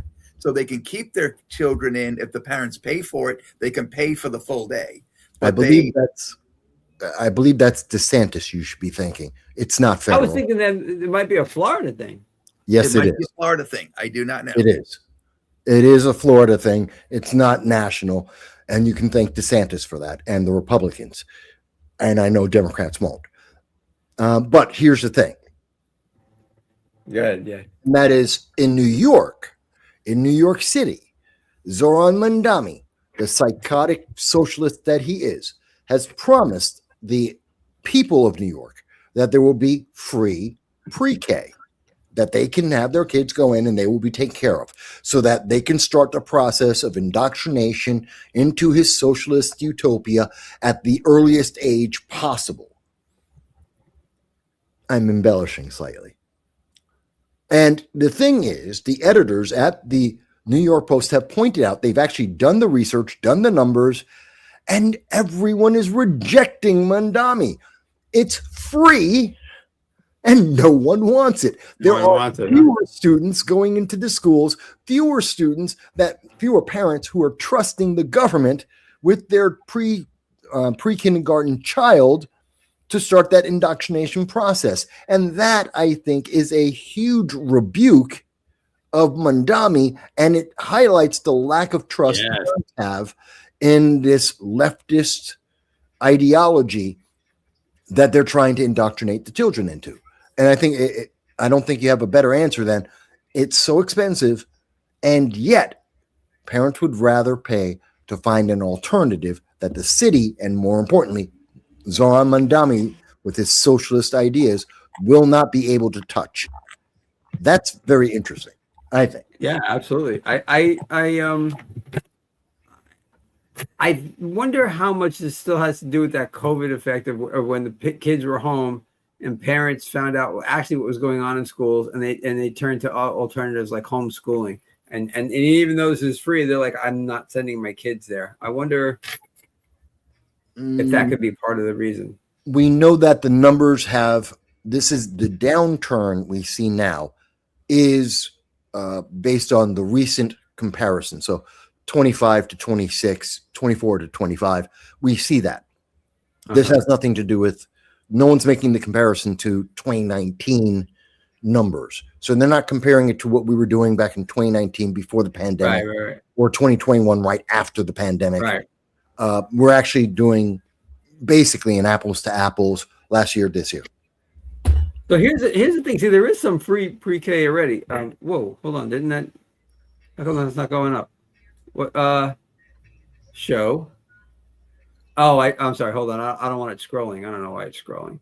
Hold on for a second. I got some data here. It's on scroll for some reason. So let's just save this so we can all read it together. Save. Come on, guys. I'm hitting save, and it doesn't want to save. We'll try it one more time. I don't know what's going on.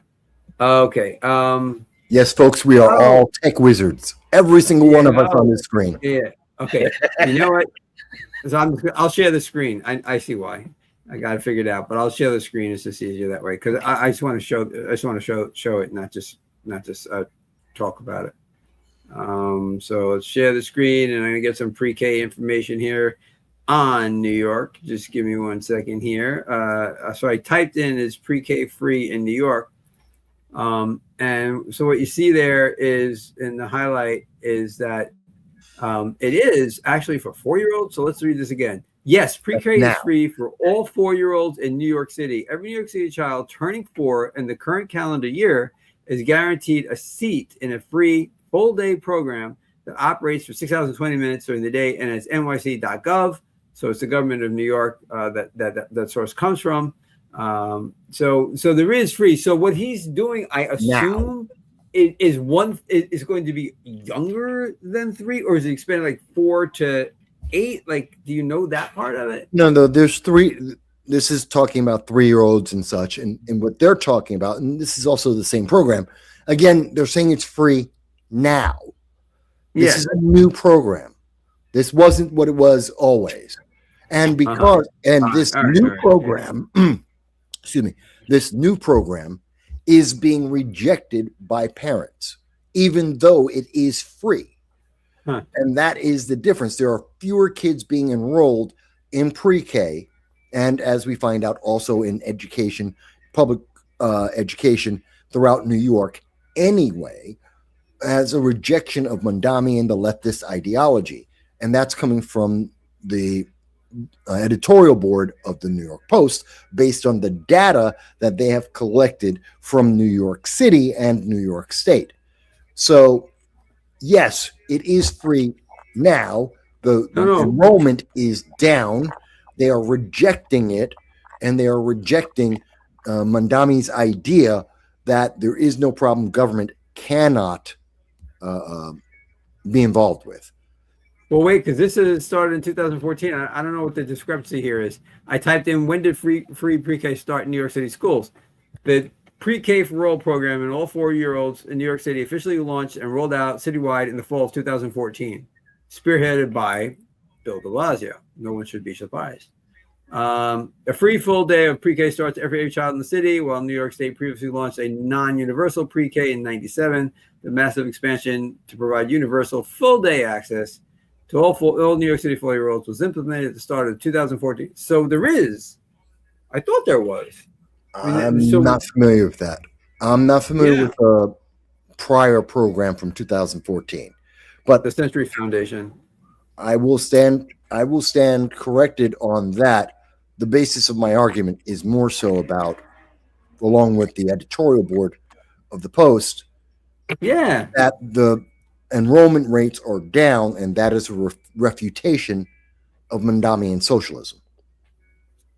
Right, because it says it does. The article does make it sound like it's families don't seem to want. I mean, here it is, right here. Families don't seem to want all the new pre-K slots he's offering. The new one. So it sounds like he's expanding the program. All the new ones. De Blasio started it in 2014, and he's expanding it with these new pre-K slots. I guess that's what's going on. Maybe an expansion. I thought it was a new program. As I understood, it was a new program, but we got Hochul to Showers $73 million in new state cash on pilot 2 through K program, but total pre-K applications rose 0.3%, 0.3%, 100%,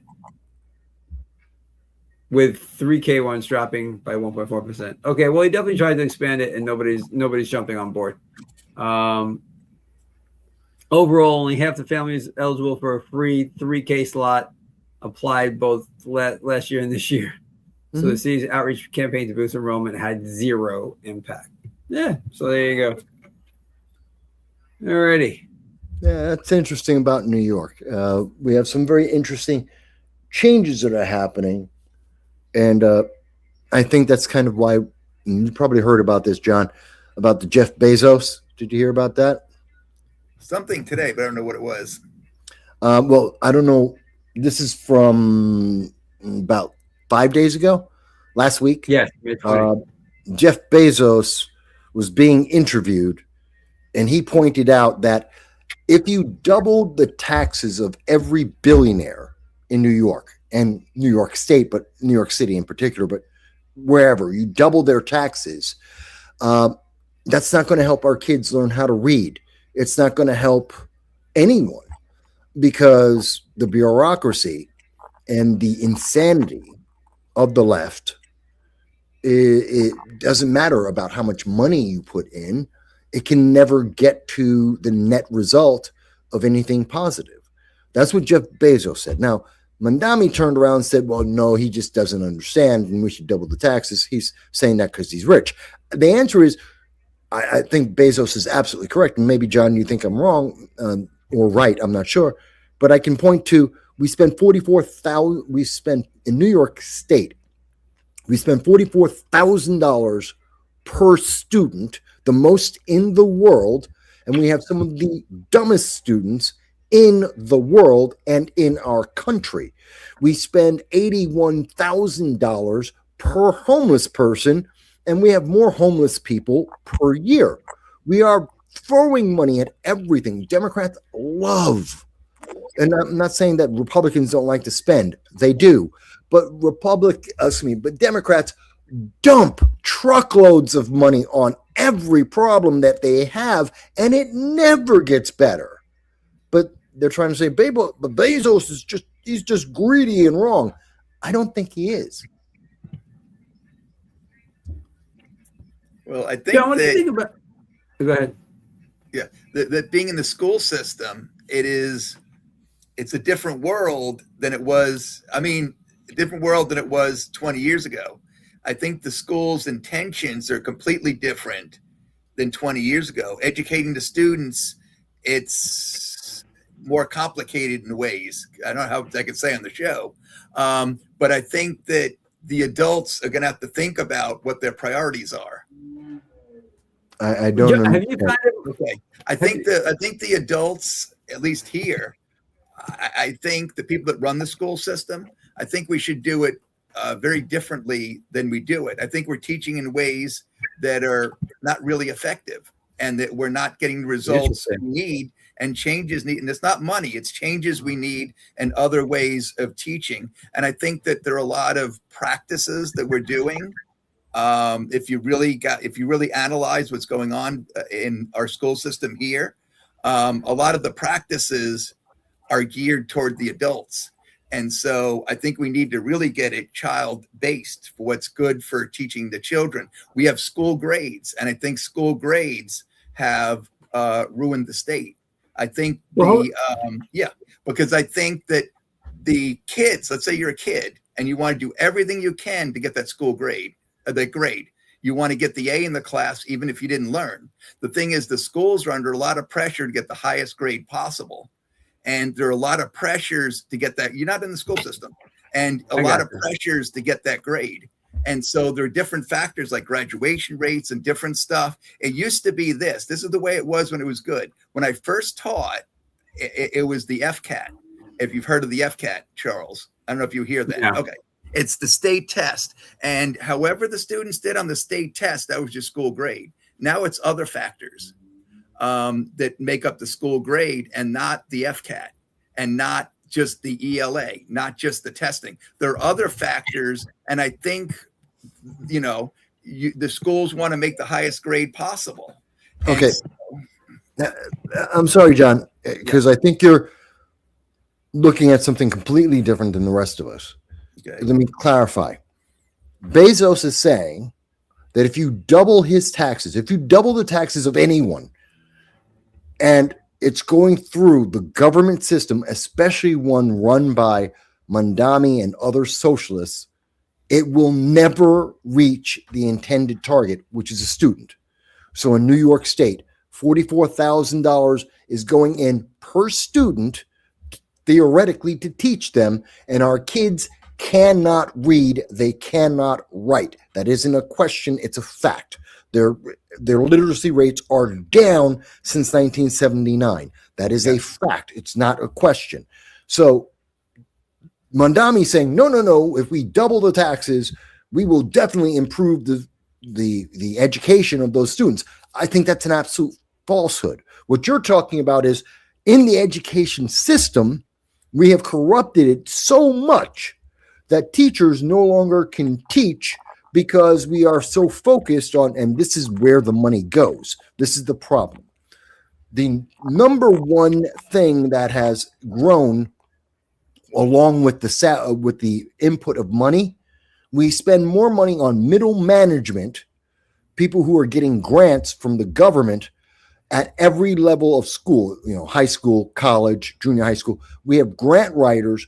Those middle managers have increased by 300%, and therefore their incomes have also gone up incredibly. We spend almost the same money on students. We spend almost the same amount of money on teachers as we did in 1980. The money's going in. It's not going to teachers or to students and their materials. It's going to middle managers. That's the point Bezos is making. That's the point that I am making. And that's what I think is the issue. You're talking about, I think, kind of the same thing. You're talking about we're not teaching kids because the system says it's not the most important thing. It's get the money to the middle managers. Am I misunderstanding you? Does that make more sense? Hold on. I want to jump in here. Sure. It is definitely, everybody tends to feel that there's too much administration. So yes, too much money. I would say that's pretty much everybody agrees with that. John, I want to go back to what you were talking about as far as how things are being taught in the school, in the schools in Volusia County, because that's the county where Daytona Beach is, where John and I live, because they recently got A grades from the state. And it was like the first time ever, right? That they got, so they actually seem to be doing really well, but you're saying not. You're saying, so you don't believe that those A grades were warranted?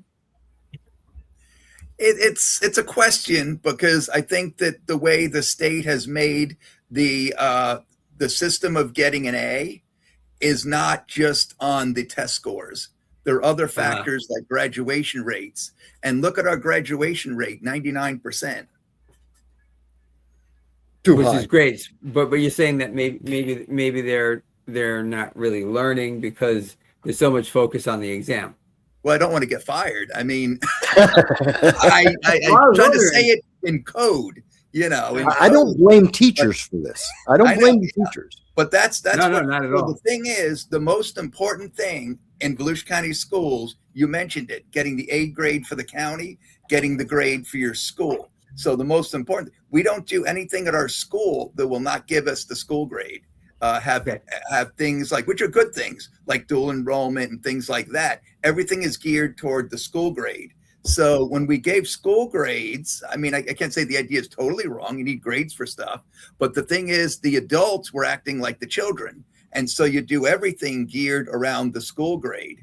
And whether the school grades are real or not, I think is a question to answer in Florida. Okay. Because the thing is, how much of the students learning compared to what the school grades are? Is there a discrepancy? I'll leave that to others because I don't want to lose my job or something. But I'll leave that to others to take a look at that. I got to tell you, I interviewed a Embry-Riddle University student, Embry-Riddle Aeronautical University. Aeronautical University is one of the greatest aeronautical schools in the country, and it's right here in Daytona Beach. And even he has a problem with the fact that so much is based on exams, which is what you're saying, right? He goes, yeah, I'm reading off of a blog at chucklongisland.com when I interviewed him, and he said, yeah, write some words in exams, fill out the exams. The problem is when you go into the real world, and some people, even if they have law degrees, they can't formulate a sentence. So he's knocking the exams because all you got to do is learn the answers. But when you're in the real world, you can't even speak to somebody. He said this is a very big problem. So this is a college student at one of the best colleges in the field of aeronautical studies called Embry-Riddle, which is a fantastic college. And he said the college is great, but the exam part, he feels like you do, and I wanted to point that out. I also want to catch up on some comments here. We have a few that have come in, so let me back up a little bit here just to catch up. Give me 1 second. So getting back to Memdani's idea, Mike, you were talking about the state raising our children from cradle to grave. Sounds like a good idea. Yeah, that's what they want, Braun. Braun, you're not wrong at all on that. Adult daycare. User adult daycare. HR department is free adult daycare. The parents are paying for it all through theft. I mean taxes. Yes, well that's true. You know what the biggest thievery in the world of taxes is, Bronner? That would be Social Security. Just gonna throw that one out there. Women should be home with children. Families should only need one income. You know, you're not wrong about that. Unfortunately, it should be certainly a choice. But the second part of that, for sure, families should only need one income. And now, so many people are working 2 jobs. Where does it end? Is a very good question. It's not free, Mike. People know they are being robbed to pay for this nonsense. Yeah, think about that, though, Bronner and Mike. They know that they're being robbed for this, and they're still not going to go. And they're still not going. Yeah. The money's not being used. The slots are not being filled. They're rejecting it. It's because cradle to grave socialist indoctrination is inherently, I believe, repulsive to human beings. And that's why socialism must be done by force. That's why you need big governments and big armies to enforce socialism, because it's not a natural state for human beings. They reject it en masse. The Bronner brings us something. I would love to get a homeschooler around here. I think about it almost every day, and I follow a page. I just need to contact them. Maybe I should contact this guy, John Holt. But John Navarra, I'm going to ask you. Homeschooling, what are your thoughts on it? Is there a place for homeschooling as an educator? What do you think? I think there's a place for it as long as you can do successful homeschooling.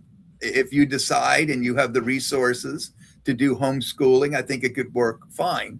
I think it is, to me, just my opinion, like the opinion guy here, just my opinion is that it would be very challenging. Now they have things where you could get on the computer, and if your child is very disciplined, they can work on the computer and they might be able to learn a lot. So I think it is very challenging to do homeschooling, but I wouldn't say you shouldn't do it, because it can be done very well. But I think it is very challenging, and the child's education is at stake. And you today you could use the technology, but is the child going to have the discipline? And then if you're at work, are they doing their work, and are they learning while you're at work? So you might go to work and say it's homeschooling. The kids have to work on the computer. I mean, what is homeschooling today? I mean, are the parents really home with them? Definitely. I don't think that's. I don't. You know, wait. Go ahead. If we only had one person working in the family, homeschooling would be a whole lot easier. If we only needed one income. As long as back to using and ban. How do you teach so many subjects and stuff? But they do have programs. They do have technology where it could be pretty successful. That the student has to be disciplined, or the parent has to make sure that they're getting educated. I'm sorry, John. Yeah. You're making it sound like it's this burden that's so difficult. The country was created by homeschooling. We went to the moon with people who were homeschooled. We created computers with people who were working in their garage.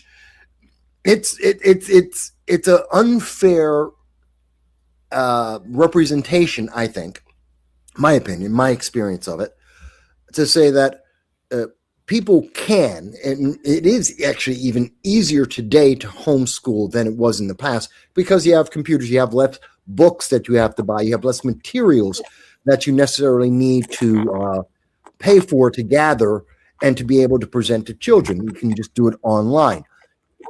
And that makes it a bit easier, but more important. In fact, you could even do that with you go to a daycare and all the kids in the daycare are being taught in the school. They can be homeschooled in the daycare as an example. I'm just working off the top of my head. It is absolutely something we can do. It is absolutely something we can do efficiently, effectively, and better than the government. And I know that because we did it with less resources than what we have now. It's easier now to do all of that than back then. So we should. And we should encourage it because the current public school systems, as they have been designed, based on the Department of Education, we should get rid of it. It has absolutely corrupted the education system, and we have set a lower and lower and lower bar that we are falling below every single time. And it is killing our nation as well as our kids. And that's the big problem. That's my big problem. Okay. I don't think homeschooling is a bad thing. Okay, a couple of things here. Bruno agrees with you. Per student is a myth. The money actually goes to the bureaucracy. So, John, not Volusia County, because I want you to keep your job, but as somebody who knows the field, do you think admin is? Do you think schools are admin heavy, top heavy? Inside the schools, no. No. Okay. Inside the schools. All right. How does the observation? I don't see a lot, but inside the schools, I think it's as minimal as it could be. Plus, you have to keep safety. You have to keep a lot of things. And you do need some admin. And I don't think the admin in the school system, we have like 4 or 5 principals, and that's all assistant principals. That's all we have. Okay. I think it would not really work. But you don't think that's true in New York, right, Mike? That's not true in New York. I know for a fact. No, I have several teachers that I know, and a couple of them who are very good personal friends, and I've talked with them often about what's going on in the school system. Right. They actually vent their grief to me. I absolutely New York, at least in New York. I can't speak for the rest of the nation. Can't speak to it's very state by state. New York education is built around wasting money and middle management. Absolutely. It is cluster. The school system just attacked Mike. He froze. Yeah, I thought it might be me. There he is. You froze there. I think the school administrators are coming after you. And they probably got pissed at me, but it's just a waste. Yeah. Well, I mean, Florida, as we all know, in Florida, the argument is up high. In Florida, it's at the county level that a lot of people, teachers that I know, our argument is that at the county level, they're bloated. And at the school, it's 4 assistant principals. I don't think that's overdoing it at all. And you do need people in the hallways. You do need someone outside in the hallways while we're in the classroom and stuff like that. You do need people taking care of the data, entering the students in. You need supervision of the teachers and all the other workers, the paras and everything else. But I think inside the schools, I don't think there are too many employees, too many managers. I think that at the school, at the county level, that's where in the state of Florida, that's where the arguments are, at least by the teachers. Now, true or not, I don't know, but it's really hard. That's what we think. It's really hard to believe that a county would be bloated. I'm being sarcastic. Before the Department of Ed, we got to the moon. You got it. You've been banned. I think the Department of Ed is a colossal waste of time, like Michael does as well. Teachers want to teach. Yes, I think that is so true. Right, John. I kind of feel like that's what you're saying. Like just let us teach and we'll be fine. Like this whole teach to the exam thing isn't the greatest thing in the world. Now there is something too, and I think even from my bosses and stuff, they would agree. The thing is, one of the big problems we have today is the technology is actually so good, so advanced, that when kids do formatives like research or an assignment or something like that, it's so hard to make sure that they learn by doing the assignment, because it's easy to kind of put something together and put it together and not really know what's on it. So one of the theories is maybe you should have them explain the stuff on the paper and make sure they really know it, because you might be just kind of getting kids that use AI and then they just answer it with AI, but they really understand it. That's something that we really have a trouble with, because we really do want them to learn. And if they're just using AI and they're just like the wrong thing. If they're just putting stuff down on paper and they don't understand it, they're not learning. And they could appear that they did great, but they didn't really learn it. I know we're kind of running late here, but I really like this conversation, so I appreciate you guys hanging. I have a question. I'm pretty sure Joe brought this up, and maybe even been last week, Mike, but it was definitely in a recent show. And that was, before there was AI, students would just hire somebody to write the papers for them. So I'm going to ask John, like, what's the difference between using AI to write the paper for you or hiring another person to write the paper for you? It's the same thing. You're not writing the paper. You didn't learn anything. Right. So it's the same result, whether you paid or but it's so easy to do. And it makes it where we have to be like detectives. And then it gets complicated by saying, well, you didn't write this, and you did write this, you didn't write this, and then fighting with the kids. And I don't know what the answer is, but I do know that it is a tough thing, because we do, all of a sudden parents will say, well, because my kid is cheating, which is, we don't want to unduly do that. So it's like, which is the best way to deal with this? But that's something personally, honestly, that I do struggle with, because it's so easy to get AI or just write information. And it's harder to make sure you're really, but then when you have the test, a lot of times I have ways of knowing that they really know it. Review games, things like that, where they have to know it instantly. And I could really tell that they know the information. But that's might be something we're struggling as a country, is making sure that these grades are real. Because if they're not learning and they don't realize it, they think it's, you might think it's a game and think, well, what's you get certified for stuff. You have to have your doctor know how to operate. You have to have your accountant know how to do the numbers. But if you fake it on the way through school, you wasted a lot of time, and there's going to be a problem down the road because you don't know how to do your job. And hold on, Mike, 1 second. Mike, before I just don't want to forget this. Then you can go. Sure. There is now we used at Long Island University.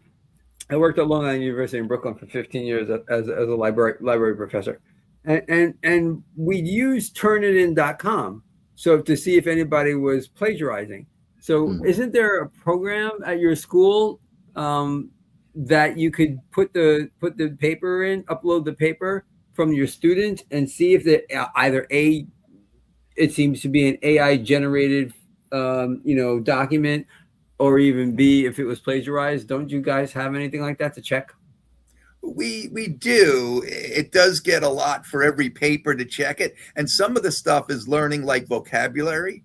And it's hard to tell whether they really wrote it down kind of in their own, you can tell a little bit in their own words or not. You could tell that this looks like it's from an encyclopedia or something.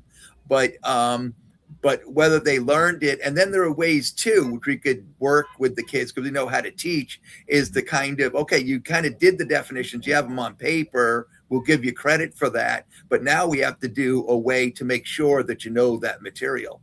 And for me, I think, I could be very wrong, but I really think that the students are learning, because I do have learning games where they have to answer right away. And I think the trick is when they answer right away, they can't cheat, because either they have to know it in the game or they don't in some ways. But when I ask them stuff and when they answer right away, whether they know it. But that's a big thing, cheating and papers and writing stuff. It is we have good technology in the country, but then we might, and I remember Fried Zakaria, he said, in colleges, we might have a situation where AI writes a question and AI gives the answer and AI grades it. And then what's the point of learning if AI did the whole process? That was kind of funny. Yeah. Fareed, What are you going to say, Mike? Go ahead. yeah, Fareed's probably one of the few people who's actually sometimes worth listening to on far left news media. Yeah, he's good. Yeah, sometimes. He's got the highest retention rate probably of anyone on the leftist news media because he's not always stupid. But let me clarify something. One of the big differences is back in the day, what's the difference? You said, what's the difference with the cheating? Someone had to write a material or provide the answer. Somebody was intelligent enough to be cheated from. As an example, I got called out in 8th grade for writing a Shakespeare. I wrote a report on one of the Shakespearean plays, and I wrote a copy for my friend. Actually, I let him copy I should have written it for him. He copied my paper. It was instantly obvious. He had no idea what the hell he was saying. He had no idea what the words that were being used. It was obvious that he was using my words, my language, my style, and he just copied it almost verbatim. Instantly got caught. Now, were we cheating? Absolutely. Was it obvious to find? Yes. Here's the good thing. It wasn't because we were both idiots and we both got it from AI. It's because I actually knew something and he didn't. And so there's the difference between the past and today. Someone actually knew something. Today, nobody knows anything. They're all just getting it. And that's what we're seeing, because we've seen at the Hartford High School, as well as there was another school most recently in New York, where we see that many of the kids are absolutely illiterate. They're using AI and their phones, various apps, to bypass not knowing how to read or write. And that's a problem. And even with the suggestion, and you have a decent idea, John, ask them a question which would involve thinking that they would have to respond to, not enough time to look it up. Except a lot of kids will just guess. Again, percentages here. We're working on that. But I think one of the core things we have to get to is we're over-relying on technology. Again, we don't need the technology. We put people on the moon. We taught the kids who created the technology we use now. We need to get away from this idea, well, we have to use the technology. Stop using the technology, get back to teaching, give teachers the ability to teach, stop trying to chase the numbers. Again, we have unions whose only purpose is to create a profit. They stopped being useful a long time ago. They're not helping in this process because they have a political agenda. They have a profit motive. We have corporations that are providing the tools that the kids are using to cheat, as well as the ones that are being sold to the schools, often by the same people. They have profit motives. We need to get away from that and get back to, here's a pen, here's a piece of paper. I remember when I was in high school, you can use a calculator, even to do calculus, even to do trigonometry. They didn't allow you to have a calculator. It was a big conversation. Yeah, and you had to learn. So we sat there and we learned. And many people, far smarter than me in terms of the mathematics of it all, were able to do the math and do multivariable calc, and we learned it. So the answer isn't the technology. It's not that there's such a burden. It's that we're trying to chase this leftist perfect world idea. It's an ideology we're chasing. We're trying to train an ideology and a mindset rather than trying to train intelligence. We need to go backwards, not forwards in terms of education. We have to go back to the teachers, back to the basics, learn how to write, learn how to read, learn how to work the math problem, not Common Core, not that stupid crap that nobody understands, that got no one anywhere in the world. I want to use the same thing the Greeks did, and they were able to figure out with a stick in the sun to figure out exactly what the arc of the earth was. You know what? I want to use that math. I don't care about this Common Core, whatever the hell they use now that makes absolutely no sense. I'll stick with the Greeks. That got us to the moon and back, not this new stuff. And I think that's what we need to do. And we need to be bold enough to stand beside teachers like John and say, no, I trust you. You're going to teach my kid. I will give you the power to do so. Scrap it. We got enough money. It's not a question of money. It's that we're wasting the money. We're wasting the resources. More importantly, we're wasting our kids' minds. And I think that's what we need to focus on, I think. Okay, here's a part of homeschooling that solves the scheduling and how you would actually get it done. Bronner, not sure if you're all aware, but there are communities, and they are growing, where parents alternate being teachers based on time schedules. Yeah. Read about it a few years ago and thought it was great. That's a great idea. Absolutely. We do this in our community. I'm sorry? I've met people that do that. There are different ways to do it. And I wasn't totally against like homeschooling. No, you didn't. I think it just has to be done right. That's all. And schooling traditionally, like we do, has to be done right. And I think it did change with, the different technology that came in, threw us for a loop. And Mike is right that we have to have basic learning, because learning's the same. You have to know it. You have to understand it. You have to understand the concepts. But it could be so easy to just pass off that you know the concept without knowing it. So we have to figure out a way to hold them accountable, to know that they actually know the material, and make sure that we're teaching the right way. And I think it's getting challenging, and maybe we'll have like a revolution of going back to the way, the Greeks had it and stuff like that. And Fried Zachari had said something really interesting. I think I was really paying attention to what he said. He said, okay, AI can just write your thesis, but you go and you defend your thesis and you've got to explain it. So if you don't know it, you can't explain it. So that's where the rubber meets the road, where you have to actually explain your PhD thesis. And if you can't explain your thesis, you didn't write your thesis. Right. Well, you have to defend it in college.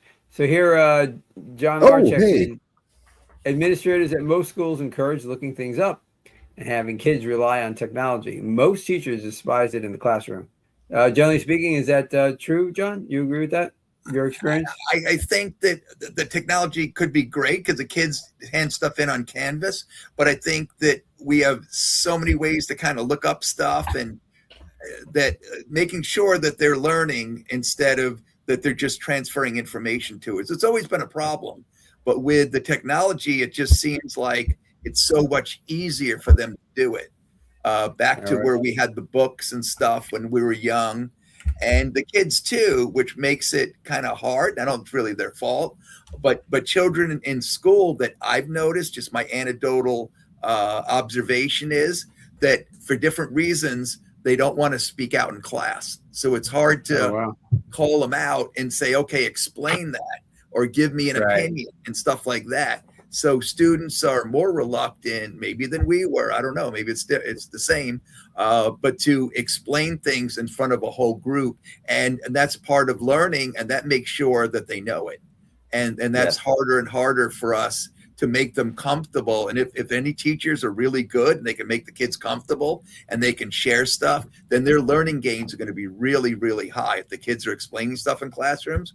But that's something that we, it's a struggle for us to work in groups that they want us to do and do different things, because the kids kind of want to work solo. You know what I hate? There's only one thing you said in that really just caught me, and like, I don't agree. Okay. I don't care if the kids are comfortable.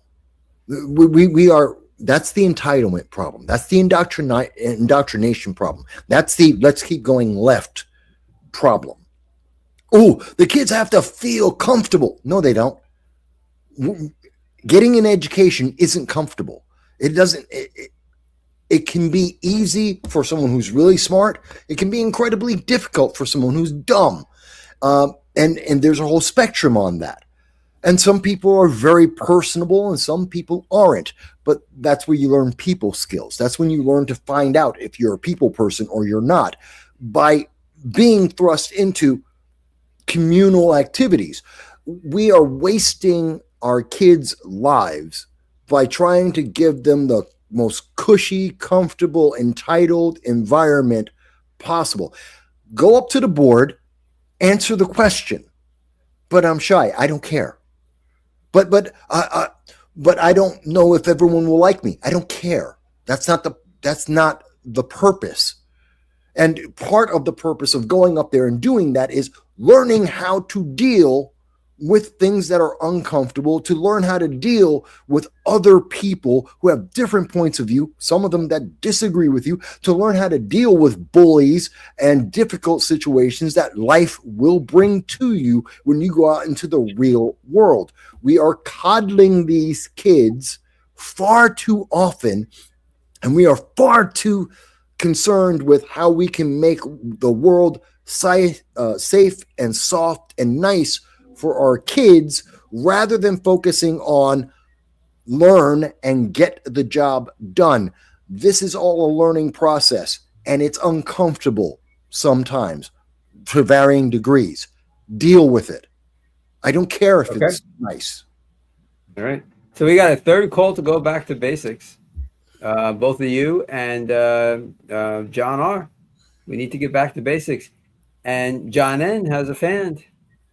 Right on, John. And folks, okay. I don't know all the answers. I mean, I do the best I can, but at least I'm in there with the kids, so I can give you real information instead of some sort of made up information. But it's just what I observe. And sometimes maybe I don't read exactly what's going on, but I can tell how it is compared to the way I used to teach and the way the kids used to be and compared to now. But that's just kind of things that, and maybe it's not spoken about a lot, but ways in which the things, and Mike, you're right that we should, and now the thing is we see how the kids are and it's like, what do we do with it? So we need to change what we're doing and get the results that we want, because it's all about getting the results that we want. And a lot of it, I think, is, and some people say stuff true or not, reaching people where they are, whether that's right, not, but different generations are different ways, but it's stuff that we kind of has changed over time. We kind of deal with, and the shutting down, we're trying to open them up. So we're trying to work on that, and our bosses want us to do it, and we're trying to do the best we can. But I'll just admit, I'll be honest, I'll just admit what is tough for us to do. And that's something tough for us to do and get the results that we want. And the most important thing is getting the kids to learn and doing real learning. I just think that if we change, if we as a society got off of the backs of our teachers and pulled back government, and most importantly, shielded the teachers from government, and that means getting rid of Department of Education, that kind of stuff, and we actually did that, I think the job would be a lot easier for you, John. I don't think you'd have as many problems because you'd actually be able to teach kids. Again, in the teachers I've talked to, overwhelmingly, several states on multiple different topics, like some are math teachers, some are science teachers, some blah, blah, all of that. What I tend to see is that they're really good at what they do and they have a passion for it. They're just not allowed to do that, either because of the union or because of government. And that's the biggest problem. And the problem is, and when teachers can't teach, students don't learn, society falls apart. And that last part I just mentioned, that's the part you're not hearing about. But it is what we're seeing. It is what we're seeing out in the streets. It is what we're seeing every day. It's just not being talked about because, well, that's not part of the equation. Hell yes, it is. We really need to help our teachers so that they can go back a step, teach our kids the way that, we have the new idea. We have this new thing. You're not that smart. I love it. We're going to rethink what's been happening for the last 10,000 years in human history. But now we're smarter and we can do it better. No, you can't. We learn through trial and error. We've done this already. There's a reason why we did it the way the Greeks did it for several thousand years. We're not smarter. This is the best way to do it. It's not like someone came up with this idea and went, oh, no one's ever thought of this before. Sure, they have. It just doesn't work. We need to be honest enough with each other and set aside the politics, because it may sound like I'm being political. I'm really not. Doesn't sound like we set aside the politics, we set aside the government, and we just teach. And I think the problem is my point of view that I'm putting out there is an aggressive one. And it may make some people uncomfortable. But I'm not wrong. And I don't care about whether it's so many people are so worried about, well, that's so aggressive. I don't care. That's not the point. It's just, that's the emphasis, but that's not the point.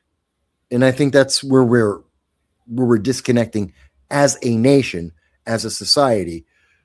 So many people are worried about how the information is being presented rather than what is the information being presented in terms of trying to solve this for our teachers, for our kids.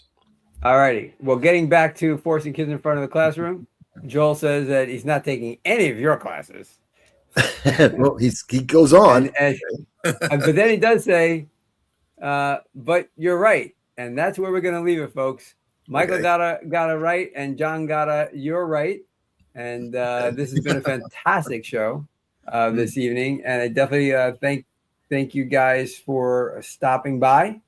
And for everybody commenting out there. There was a lot of back and forth between the chatters as well. And thank you for tuning in. And Matt, thank you for tuning in here. And thank you guys for being on the show this evening. For everybody around the world, I don't know where you are or what time it is in your neck of the woods, but no matter the time, I hope you had a good time this time. Until next time, we will see you later.